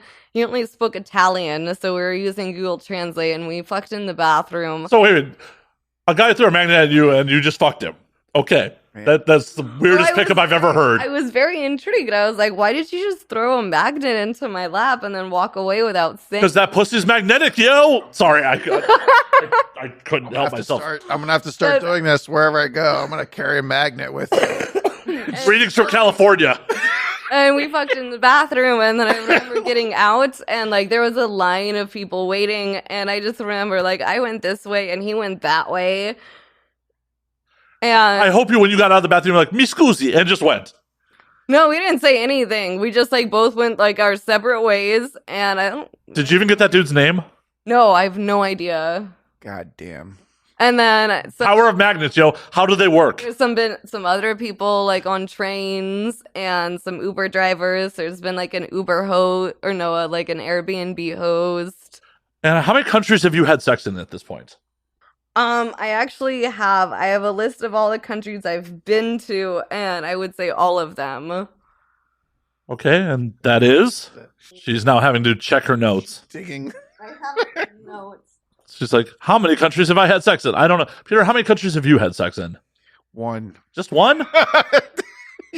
Yeah. I hope it's America. Yeah. Okay. It'd be really bad if it was like not America. Yeah, that would be. Okay, so I haven't been to that many countries. obviously America, but that doesn't really count. So then I mean, it counts. So 1, 2, 3, 4, 5, 6, 7, 8, 9, 10, 11, 12, 13, 14, 15, 16, 17, 18. 18 countries. Wow. Got me beat. And how many continents is that?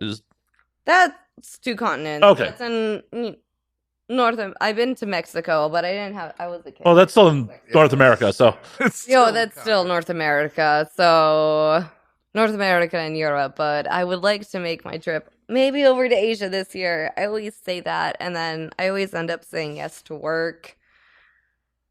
I at least have you beat on the continent count on number of continents I've Well, had sex fuck you all. That's a good, like... It's a race! Yes! I mean, I'm nowhere near you on countries. Well, I need some motivation, so... Yeah, because I've... Asia, South America, North America... I zigged where I should have zagged in Australia. South America... and Europe. Okay, yeah. Asia, Europe. I know, like, when... I guess I came very close to having sex in South America once, but that... What happened? It just didn't happen. Peter, did you have performance issues? It's okay. No, that wasn't the... That's not a nice thing to ask. It's a joke. It wasn't. I wasn't asking. To Every be mean. joke has a little bit of honesty in it, which Well, is but there's also funny. there's also nothing to be ashamed of. I've failed before. So It I feel happens. like that's kind of like a projection issue on your part. Oh, I've definitely failed before. Hell, when the person I had sex with in South America, it took me like 15 minutes to fucking get up. It was very loud and very crowded, and I was pushing rope there for a while. I got no shame in that shit. And now it's just silent. Like, oh, okay. Right. We're going to talk about Matt's ED now. Fuck. What are we moving on to? This? That has never been used as a sexual object. There's a bottle opener. I wasn't thinking of it as a sexual object. I was saying, it's pretty good to stab and you could pull a rib cage out. Anna's thinking about violence towards me. Oh, wait. God. Sorry, I didn't do anything. And there goes the not breaking things. I No. think she has broken the not breaking thing. I didn't do anything. This just...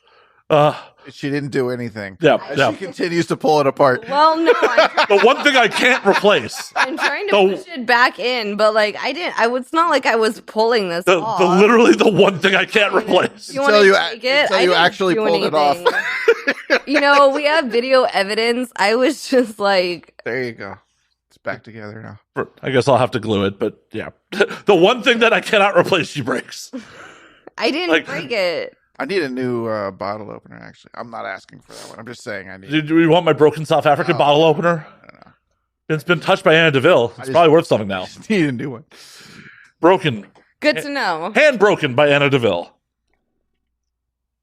But Peter, we got to get those. Again, I feel like it looks like a better ribcage opener, but So violent towards me. Jeez, I make one ED joke at Peter. She's just like getting super defensive. She's like, I will murder you if you ask about Peter's dick again.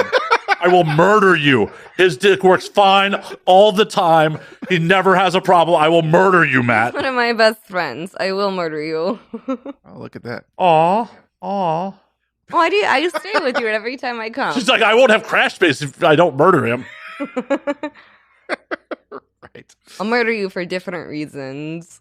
What have I done? Why, Anna? Why? Why? Better left unsaid. Damn. Now it's a mystery. Right? Like, I feel like I've been nothing but kind to you every time. And now I'm going to get murdered over it. Jeez. Well, I mean, you already gave me your passcodes into the building, so... Damn. That sounded like a threat almost, I feel like. I'm glad we have multiple cameras and microphones recording this. When I go missing, please expedite her back from Prague. Because she'll be out of the country by the time you find my body. I'll be out of the continent. But I think assuming that you find it. That's... I mean, I won't. I'll be dead. Someone else will have to find me. I think as part of 2023, though, you should fly Peter to Europe and get him laid in Europe. That's a good goal. Because, again, the fucker hasn't visited me, and I thought we were, like, really close friends. Right? Come on, Peter. You get to go to Prague. You get to go to Scotland. You get to fuck somebody. It'll be fun. Wait, do we go through, like, from Prague to Paris to London to Glasgow to Isla? Hell, He doesn't give a shit. We could get you laid in like 4 countries. Come on. He doesn't give a shit. I think he gives a shit about getting laid. Oh, so not the fact that we're so close and he has not come to visit me. That's what he doesn't give a shit about. I don't go visit anybody. I don't go visit my sister in New York. You have actually gone to New York. Only when I've been, only when I'm forced to by my parents. You tell me, and I out of my own volition. I remember those. Well, am I not forcing you enough? I've never. What do I need to do? I've never bought my own ticket to New York. How do I need to drive the nail in harder in order to force it? And if it makes you feel any better, we live in the same city. I haven't seen him in a year. See? Well, the fact is that now I have an instrument of force. No, you don't. You broke it. Take it away from you. You broke it. You had it. But now, no. But yes, I see Peter once a year when he comes and does this podcast, apparently. So, right. Getting him on a plane seems a lot harder. I mean, I think half the battle would just be getting him to LAX. I have picked him up at LAX, and he actually... Oh my God, that's love. She's picked you up at LAX, and you have not gone and visited her? He has not picked me up at LAX in return, and he has not gone to LAX to fly to see me. And he actually he owes me a trip to LAX. I think visiting you is a much more reasonable response than going to LAX. I drove there and back. That's true. That's true. And so you driving there and taking a flight and driving back, you do owe me that. She makes a point. So you gotta do it this year? I remember that. And I took you to a party, and I remember that. That's true. Are you gonna do it? Which part? All of it. Is it her in Prague? On camera, she wants that pinky swear. I mean, you're not just gonna fucking drive to LAX and drive back for no fucking reason, unless you just, like, really don't want to see one of your best friends. Oh my God. The guilt. The guilt. I'm used And then to I this. assume that it's. Oh yeah, I mean we're Jewish. I get it. And I assume that actually doesn't mean. I mean, where do you think the Catholics got it from? Us. Yeah, that's right. Exactly. I don't think he cares anything about Catholics. Well, no, people always talk about Catholic guilt. It's like, no. They got it from the Jewish guilt. That's right. The Jewish guild is way worse. Right? We're the OGs of And this mine shit. doesn't even compare. No, you're dishing it out. I'm just saying, like, I'm We're conditioned to this shit. right. I have a tolerance for it built up. So I'll only get better. Is what you're saying. She will only get better at guilting you. Right. It's been half a decade. I'll continue to improve. For things she's trying to guilt you into, there are far worse things that you could be trying to be guilted into. That's true. That's true. I'll give you that. And he actually has done that. Done what?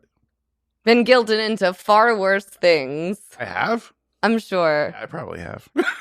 Anything come to mind? Oh, I have some things that come to mind, but Tell. no, I have no comment. Aw. I don't, protect I Peter's- don't even know what she's thinking of, but I know. That's why I Well, want to know. that's because there's probably so many scenarios you can't even pick between one. that's probably true also. Oh, Peter's like, I'm part of a well-respected establishment in this industry. I have to keep everything above board. That's right. I'm doing fairly well to uphold that status. I know. I'm just trying to tear it down. I'm just trying to tear it down at every given opportunity. Okay, I think, well, I'm just trying to get Peter in the muck with the rest of us Ugh. you're up against some forces. Am I in the muck? in a good way. Oh, I like Okay, it well, down I here. hope that if you mean muck, I hope that you mean peat that's been compressed into like a block after like centuries and then like smoked under barley. Sure, I'm in the muck for that. But like when it comes to Los Angeles and America, no, I'm not in the muck. Well, yeah, you left us. You abandoned us, Anna. Right. See, Thank God. No regrets about that. She's like, I don't even really want to be back right now. right? No, not. See, that's my counter argument is that she left. Yeah. But my counter argument is that every single fucking year I still stay with you. Peter, she's trying to bring you to the promised land. She's not trying to leave you here like the rest of us. Do you hear her beating me up? Be like, Matt, why don't you have come see me in Prague? Matt, why don't you? No, she's like, Matt can stay in fucking America. It's fine. It's fine. Matt can stay here. She's like, Peter, come. The air is crisp here. Come. There's ham you can buy by the kilo. Come. Ham. Yeah, there's a whole like street. Sure. There's a whole street food thing in Prague. About. Pivo. What? Pivo. Beer. Beer. Beer. Pivo. Pivo. I don't know. Yeah, I watched some travel blog about like there's I guess a whole fucking thing in Prague about like street stands selling overpriced ham to tourists. Yes, that is a thing, but you know, you can I wouldn't actually buy ham find- anyway, so it doesn't matter. That's fair. You know how you pork? Nope. You keep kosher? So you're not kosher. Oh fuck no! I feel like we've already talked about I this don't keep on this kosher, show. but I don't eat pork. The pig's delicious. Well, I mean, I'm sure once upon a time in my life I agreed with you, but Okay, well, so It's this been is a long why time. I think more. I We're the no. sliding scale here of food Yeah. consumption. I think Morningstar because I had like bacon when I never had like ham or anything, but like as a kid I had bacon, and since I was like I don't know 8 to 10 when I stopped eating meats, Morningstar bacon to me at least tastes extremely similar to bacon. And I know that probably everyone else that eats bacon would disagree with that, but I think you should try it. See, I've never had Morningstar, so I can't comment. no, I do turkey bacon. That's horrible. I like it. Morningstar is to me it tastes like bacon from as much as I can remember after almost 2 decades. Turkey bacon? Why bother, Peter? Why? I don't even know what turkey. I like it. When I started working at like a deli, like a bakery in Delhi, I had to actually ask them what's the difference between ham and turkey. Yeah, I didn't know there was like the color. I was like, honestly, what?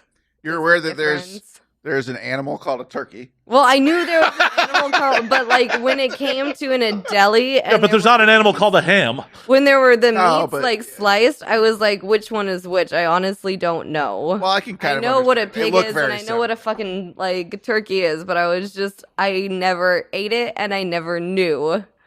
They do look similar. I'll give you that. Well, unless they're coming from their true forms, when ham is all Again, on the bone, and I know what an animal looks like. I just That's never why they knew used the to call fucking ham the difference. other white meat well, they're just called pork, the other white meat. or pork. Yeah. That's what Oh, and then beef too. That was another thing. Well, beef looks completely different. Those were three things I had to learn at a deli that I honestly had to pull my manager aside, and I was like, I'm really ashamed to be asking this, but like, which one is which? How long ago did you How long did you work at a deli? About a year, and that was about a decade ago. Hey, we all had jobs before. It was a donut and Jewish like deli. A donut and Jewish deli. Hmm. Solid. Interesting. As long as the donuts weren't fried in lard, that makes sense. I mean, it should be bagels, but They had bagels too. That Of was course what they we did. made the deli sandwiches from. oh, now I want lox and cream cheese. Me too. So you're being a full vegetarian, you're missing out on that. Lox and cream cheese is delicious. Okay, well, so again, as a kid, my dad used to go fishing off the coast of like British Columbia and Alaska. He would leave for like a week every year and go fishing and then come back. And that was, the fish that we had for the year. They brought And back I had- fresh salmon and made lox out of it. Yes, no, not log, but we had salmon and I'll say we had halibut. And I grew up eating, like fried, fresh halibut and salmon. And then there was one year that he pulled in like a really fucking big halibut. I think it was like 85 pounds or something. And that's in like really tough like Pacific like waters. Like it took a whole crew to like pull in that halibut. Damn. It was, they're strong. They're all muscle. And delicious muscle. I think, and they would put it into these sealed packages. I think we still have that halibut at my parents' house in the freezer downstairs. Wow. But I grew up eating that. So I don't know. If my dad went out fishing again, I would probably eat that. But This is like it's gonna be such a convoluted plan to get Anna to eat fish. Like I gotta take her dad on a fishing trip. Like he has to successfully catch something. Like this is a lot of effort. I don't know. I could see him. Maybe he would take me out to go fishing. He's taught me a lot of things. Maybe he would take me out to learn. I would love to get like my sailing license. It would be worth it for her first lox and cream cheese bagel. Right? I could do that. I would catch it myself. And Okay. Well, I mean, there's definitely the first content you could make. I actually, and I've told Deadliest catch with Anna DeVille. Valentina this too. She's like, Valentina is asking me, she's like, okay, well, what if it comes specifically from this farm that was very nice to their animals? She's referring to Valentina Nappy, by the way. Yes. She hadn't specified that previously. She didn't. Okay, sorry. We've gotten pretty close in Europe. But, Oh, very cool. That was awesome. I love her so much. We have a lot of similar interests when it comes to like animals and Well, just our. give her a hard time about coming to do the show. Like Mark White told her she should come do the show years ago, and she was self-conscious about her English at the time. And Actually, I talked to her about it, and she said she was like she doesn't really drink, but she would come. you're but not required again, to drink here. You're not required. I know she isn't, and actually, but I wouldn't like ditch him for Valentina. I love both of them, so I plead the fifth. maybe I can do an appearance twice in 1 year. She would definitely come, though. I talked to her about it. Awesome. Yeah, because we were at a party years ago, and like Mark White was like, "Oh, Matt does a great show. You should come do it." At the time, this has got to be 5-6 years ago. She felt self-conscious about her English, and like didn't want to do it at that point. And I would love to have her on. She's great people. She's really, I love her. She's a very wholesome person. And I would have had her on then. Like, it was completely her call to not want to do the show at the time. Like, I mean, she also, like, actually, again, she doesn't drink that much. This helps bring me out and I'm more social, but we're very similar in how we interact and, like, the she people. also fucks random Italians on trains. No comment. Well, good on her. Like, good on her if she does. I'm not commenting on her personal life, but I can just say we're very good friends, and she is aware about your show. She'd be open to coming, and maybe I can make 2 appearances next year. That'd be awesome. Well, I would hope to not wait a year to have her on. I mean, I wouldn't want to wait a year to have you on, but I know Europe.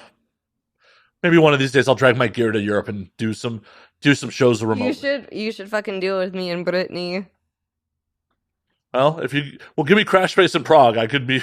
We have actually, my building is like half porn. There are multiple studios that are either used for shooting or for renting as a model house, and the owner knows what we do, and the rest of the neighbors know what we do. Everyone is totally chill. Well, I dragged gear to Japan to record. I can definitely drag gear to Europe.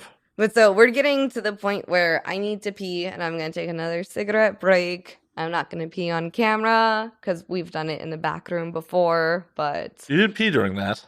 Huh? When we were in the bathroom 3 years ago, you didn't pee during that.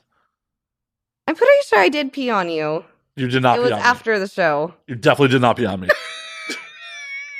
I definitely remember going to the bathroom. Right, you poured a bottle of whiskey on me. You did not pee on me. I have vague recollection of that. It was some extremely vague recollection. Like, yeah, it's still the cover art for this show. Ah, okay, right. Okay, well, anyways. Yeah, go pee. To piss. We will pause again. Go pee. Have your smoke. You want to lay in the bathtub and I can piss. I'm cool. Okay. I appreciate the offer. No worries. We're getting back on track. So, speaking of, I just remembered this. When you asked about what I've been up to the last year, and then speaking about, like... Peeing on me? No, speaking about, like, dates and stuff, I did have sex with a werewolf. What? Okay, please explain. Well, it was on, obviously, it was on the full moon, but he didn't bite me. I only have a scratch. But by some mythos, that's enough. Weird hair been popping up places? We're not going to discuss that further. Just the fact that you could just say no, Anna. You could just say no. I just said that I'm not going to discuss it further. It was just a scratch, and I'm actually very happy about it. Okay. Oh wait, I know what she's talking about now. Well, does someone want to enlighten me? Does someone want to enlighten me? What the hell's going on? I don't know. Do you want to see it? Sure. Fuck. That werewolf has very small paws. That's a tight. Okay, well, sure, they're about my size, but yeah, that's a tight grouping. Is it on camera? Did that make it in frame? So, okay, what the fuck happened? I just told you. Right, but how did the scratch happen on that angle? She won't explain it any further. I don't know. Okay. Interesting. For the audio audience, like the scratches on her calf. So people are aware. It was from a werewolf. Right, but the scratches on the calf, like, I'm just trying to figure out what position you would be in to get scratched on your calf. I mean, I think we're all aware of the positions that I can get into. Well, any position you want. I know, like it, like the season 3 opening of Rick and Morty, where like Jerry folds yourself 6 times. You got that shit beat. So then, I mean, let your imagination go wild with that. But I want descriptions and graphic detail. I have graphic detail, but he already knows that I'm not. Yeah. We can talk about that off camera, but it was from a werewolf. It's just an edging story. Like, woo. Oh, the fact that you say engine. No, edging. He said edging. Edging. Okay. Yes. Never mind. Ignore that comment. Happily? Walk right the fuck away from that. Great. So Any other mythical creatures? I would love to fuck a centaur. Mm. I mean, I guess you were like one of the It's- few people I know who could probably handle something that like proportionally, because I'm assuming it has horse-sized penis. Because that would be really bad for a centaur to have human-sized dick. I really don't think you should be doing like body shaming with mythical creatures or anyone. I'm not for that shaming. matter. I'm not shaming. Well, maybe a little. I'm just saying, proportionally, you'd think it's a horse lower half. It would be a horse cock. Well, it's again, it's the question of whether it's going down to the legs. And But they have horse legs in front. They don't have human legs. the chest is though. I don't know. We're not talking. It doesn't. I don't know. Centaurs, sphinxes, werewolves, poltergeist, all good. I'd fuck them. Okay, I guess what's the short list of supernatural creatures you wouldn't fuck? An angel. Like a biblically accurate angel, or like Oh shit! No, we're getting into biblically accurate angels. It's been like all the stupid memes online. I really don't give a shit. Sure, if it's eyes and wings, I could probably shove it up my ass. And that's a clip, folks.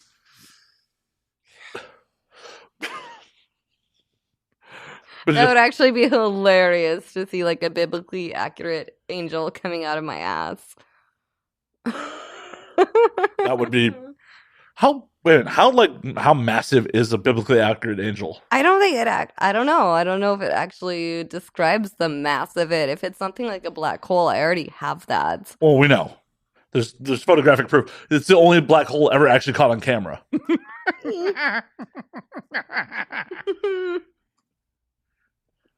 That was another meme I'm very proud of that went around. I'm Googling this. I'm trying to find out how big Google doesn't. Or is my laptop just being slow? What is happening here?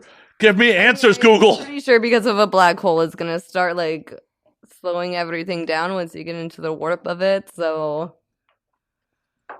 you're being sucked in. It's fine. Oh well, apparently, the height of an angel is 216 feet. Jesus Christ. Well, again, once you get into a black hole, everything is like spinning and like compressed into like a very dense mass. So I think that it would be fine. Well, I mean, I think that would be fine. I would. I was just thinking, like, Abandon all hope ye who enter here. Is that what everyone says right before orgasm? That's what is written over the gates of hell in the Divine Comedy, the Inferno. Have you ever thought about it as a tramp stamp? I have, but I already have the quote from Tiny Tim, but I have thought about putting my favorite quotes, like going down this leg now, because I already have Stay On Here Where Do You Belong. And I have, of course, thought about Abandon All Hope Ye Who Entered Here. I think it's an appropriate thing to have, like, right above your butthole. I really do. I agree completely.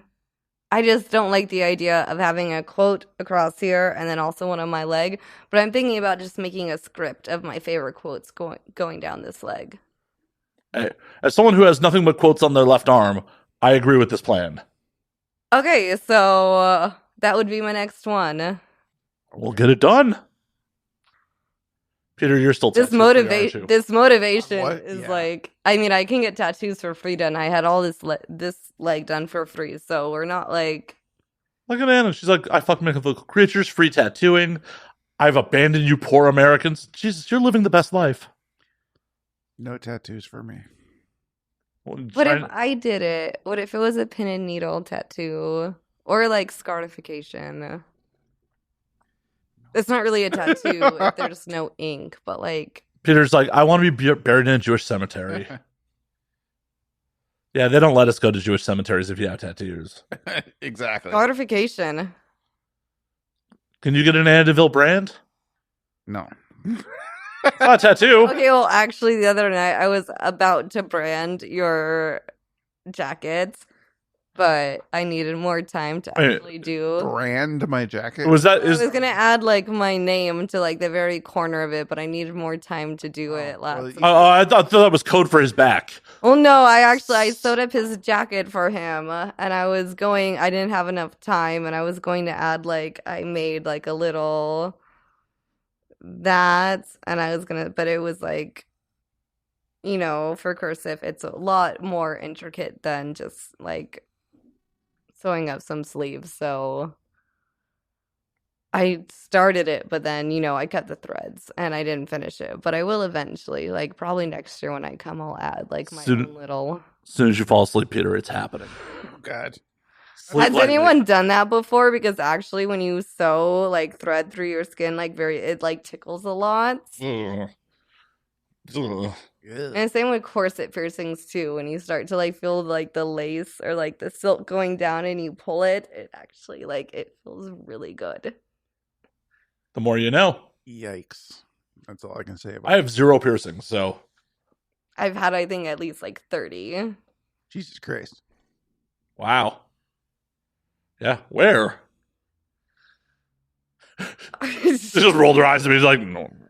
I don't know if you want me to list all of them. I just can't think of 30 places off the top of my head. I'm not saying that 30 places, but at least 30 piercings. Oh, okay. Some like Redone and yes, and not necessarily stay. They were just for fun. I kept them for like a few days, and then they were taken out. oh, okay. Yeah, because I was just like, I couldn't think of But 30 no, places. the fact of actually being pierced, I think it's been at least like 30 times. It's fucking awesome. I know. I want to do another corset piercing. I actually really miss. I love feeling, like I said, the like lace being pulled once you have like the bars under your skin, and it kind of tickles your skin, and then you get the pulling of the skin, and it like feels really good. Why aren't you doing it? I've been working, and it takes like I need at least like 3 days. You can keep a corset piercing in for probably about 2-3 days is what I kept for it before. Also in high school, I did my first corset piercing at 16, and great reactions from the teachers when I had an open back, and I had like it was 20 points, so I had like 10. It was 10 points on either side, so like 5 surface barbells. They were 1 inch long, and they went down, so 5 on either side, and I laced them up, and that was really fun at 16. It got a good reaction from my high school, but I'm still, I think, on that my piercer's business card with that. It's awesome. Yeah, that is one of those things that has just never crossed my mind. I've managed to go my whole life without, never been pierced, not once. Suspension. Maybe that's something I'll try this year. I've always really wanted to, but I'm honestly amazed you haven't done it. I really want to. Also, when I actually started in porn, you could still kind of see like the dots down my back in like some of my very first photos and videos. So it was always like a matter of like the scars showing, which, I didn't keep doing it. And then also, of course, a matter of like if someone's going to be a fucking idiot and rip it out. Like, I had my dermals ripped out on set before. Damn. Oof. And so you can still see, like, I have a little scar here. They found it I didn't feel it when it was ripped out. They just found it on the floor. But I would really love, scar, like, that's going to leave a mark definitely for a while. But now that everyone is, like, cool with the werewolf scar, I don't see any reason why to not move forward with, like, other scars. Well, yeah, and at this point, you're a bankable commodity. You're not some new performer who's, clamoring to get work. People are going to want to book you because who you are. So do what you want to do. That would be the next thing. I really hope so. That would be fun to do this year. You should do it, and Peter should be in Prague for it. Okay. Should document it. Right. Peter seems unenthusiastic about this. Very unenthusiastic. Well, it's made me very enthusiastic because I really want to do that.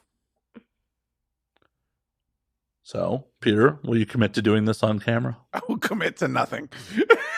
Good man. Good man. Very wise. Well, see, this is why you're not married. Wow. I mean, it probably goes a lot deeper than that. Probably. Saying, I'm not going to commit to anything. Even seeing, like, your best friends Oh my God. do suspension. But, you know, it's cool. Such shade, such guilt. I know. And she brought up that you're unmarried. Is she your best friend or your mother?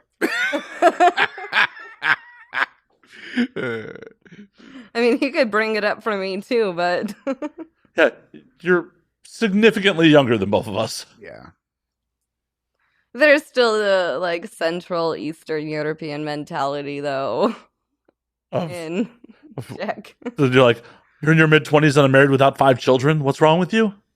Somewhat. Or at least, even if I'm unmarried, but I have, at least, you know, some children. No. Children is the sucker's game. Yeah. Agreed. So when are you going to vasectomy, Peter? I'll worry Good about question. that when I can do it. I need to worry about it. You know I got one in July, right? I do know. Did you? Oh, yeah, I filmed it. I didn't see that. Oh, yeah. Congratulations. Thank you. That deserves another cheers. Cheers. Yeah, no, I did that shit in July. Good for you. How do you feel? Great. Raw dogging for everybody. Yeah, that was a good decision. Not talking for me, but I've been on birth control since I was like 14. Yeah, like more dudes should do it. It literally took under 10 minutes to get done. I love it personally. Me too. I never have to pay child support. Not ever. Yeah. Because, you know, we all know I was going to be absentee anyways.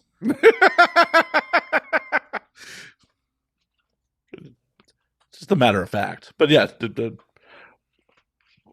I did it in July. It was a whole, like, when the Roe v. Wade decision came down. Right. When I did it.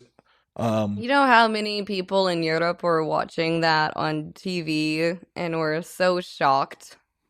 Same with the Trump election. So many people were just completely shook that their dream or their ideal of America. I mean, I already knew that. Obviously, that's why. Oh, yeah, you're from here.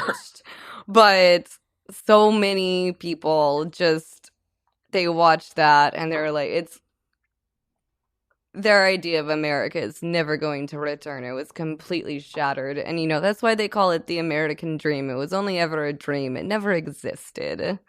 Well, we are the best marketed country on the planet. It's all about marketing.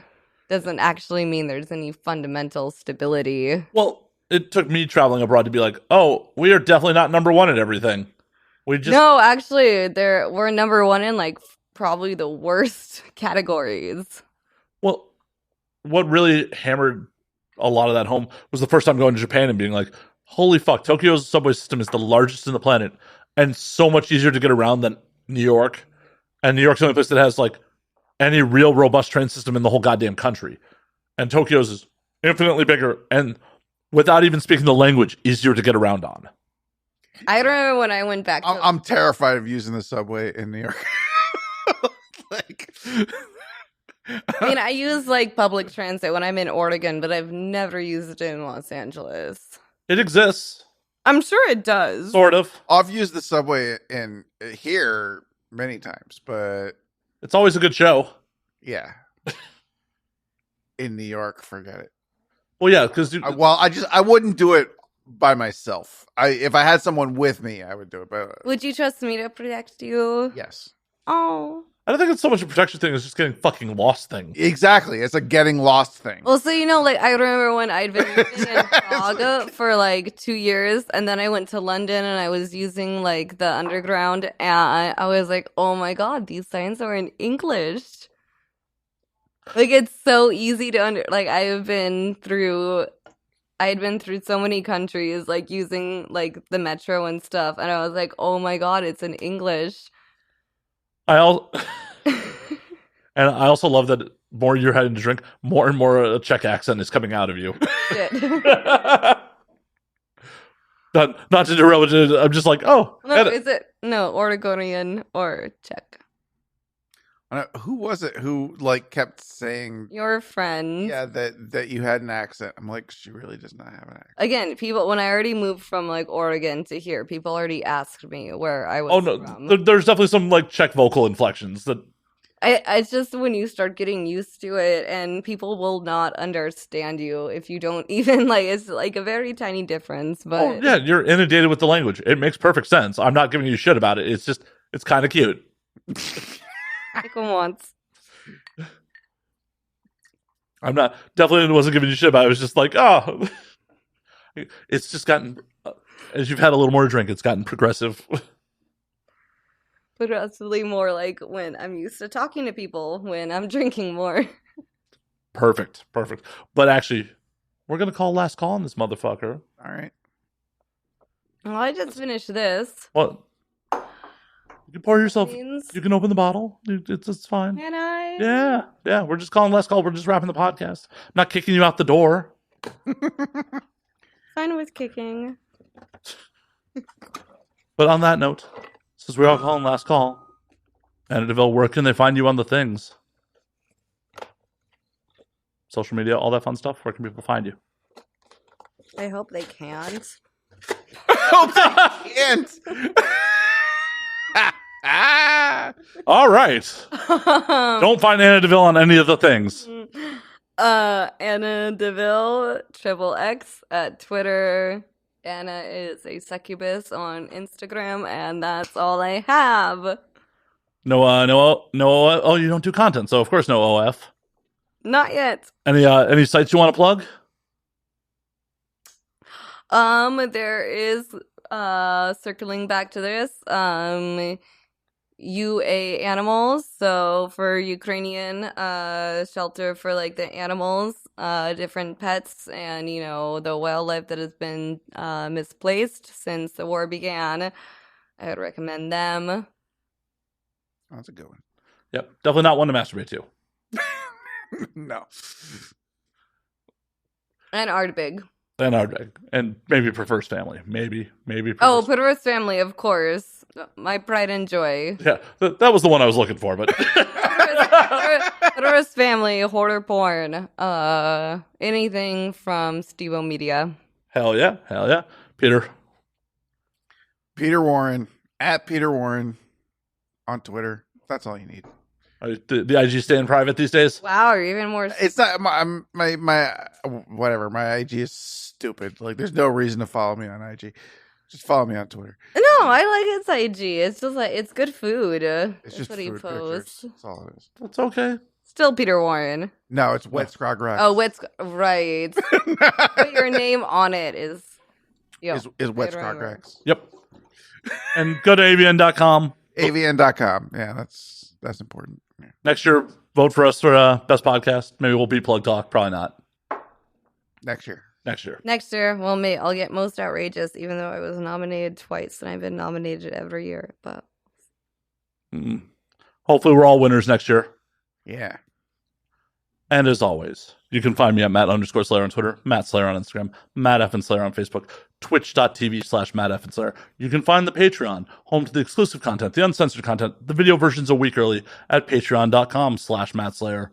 And you can find the podcast at And Now We Drink on Twitter, and Now We Drink _ on Instagram. And until next week, drink up, motherfuckers. How many times have you practiced that? Hundreds.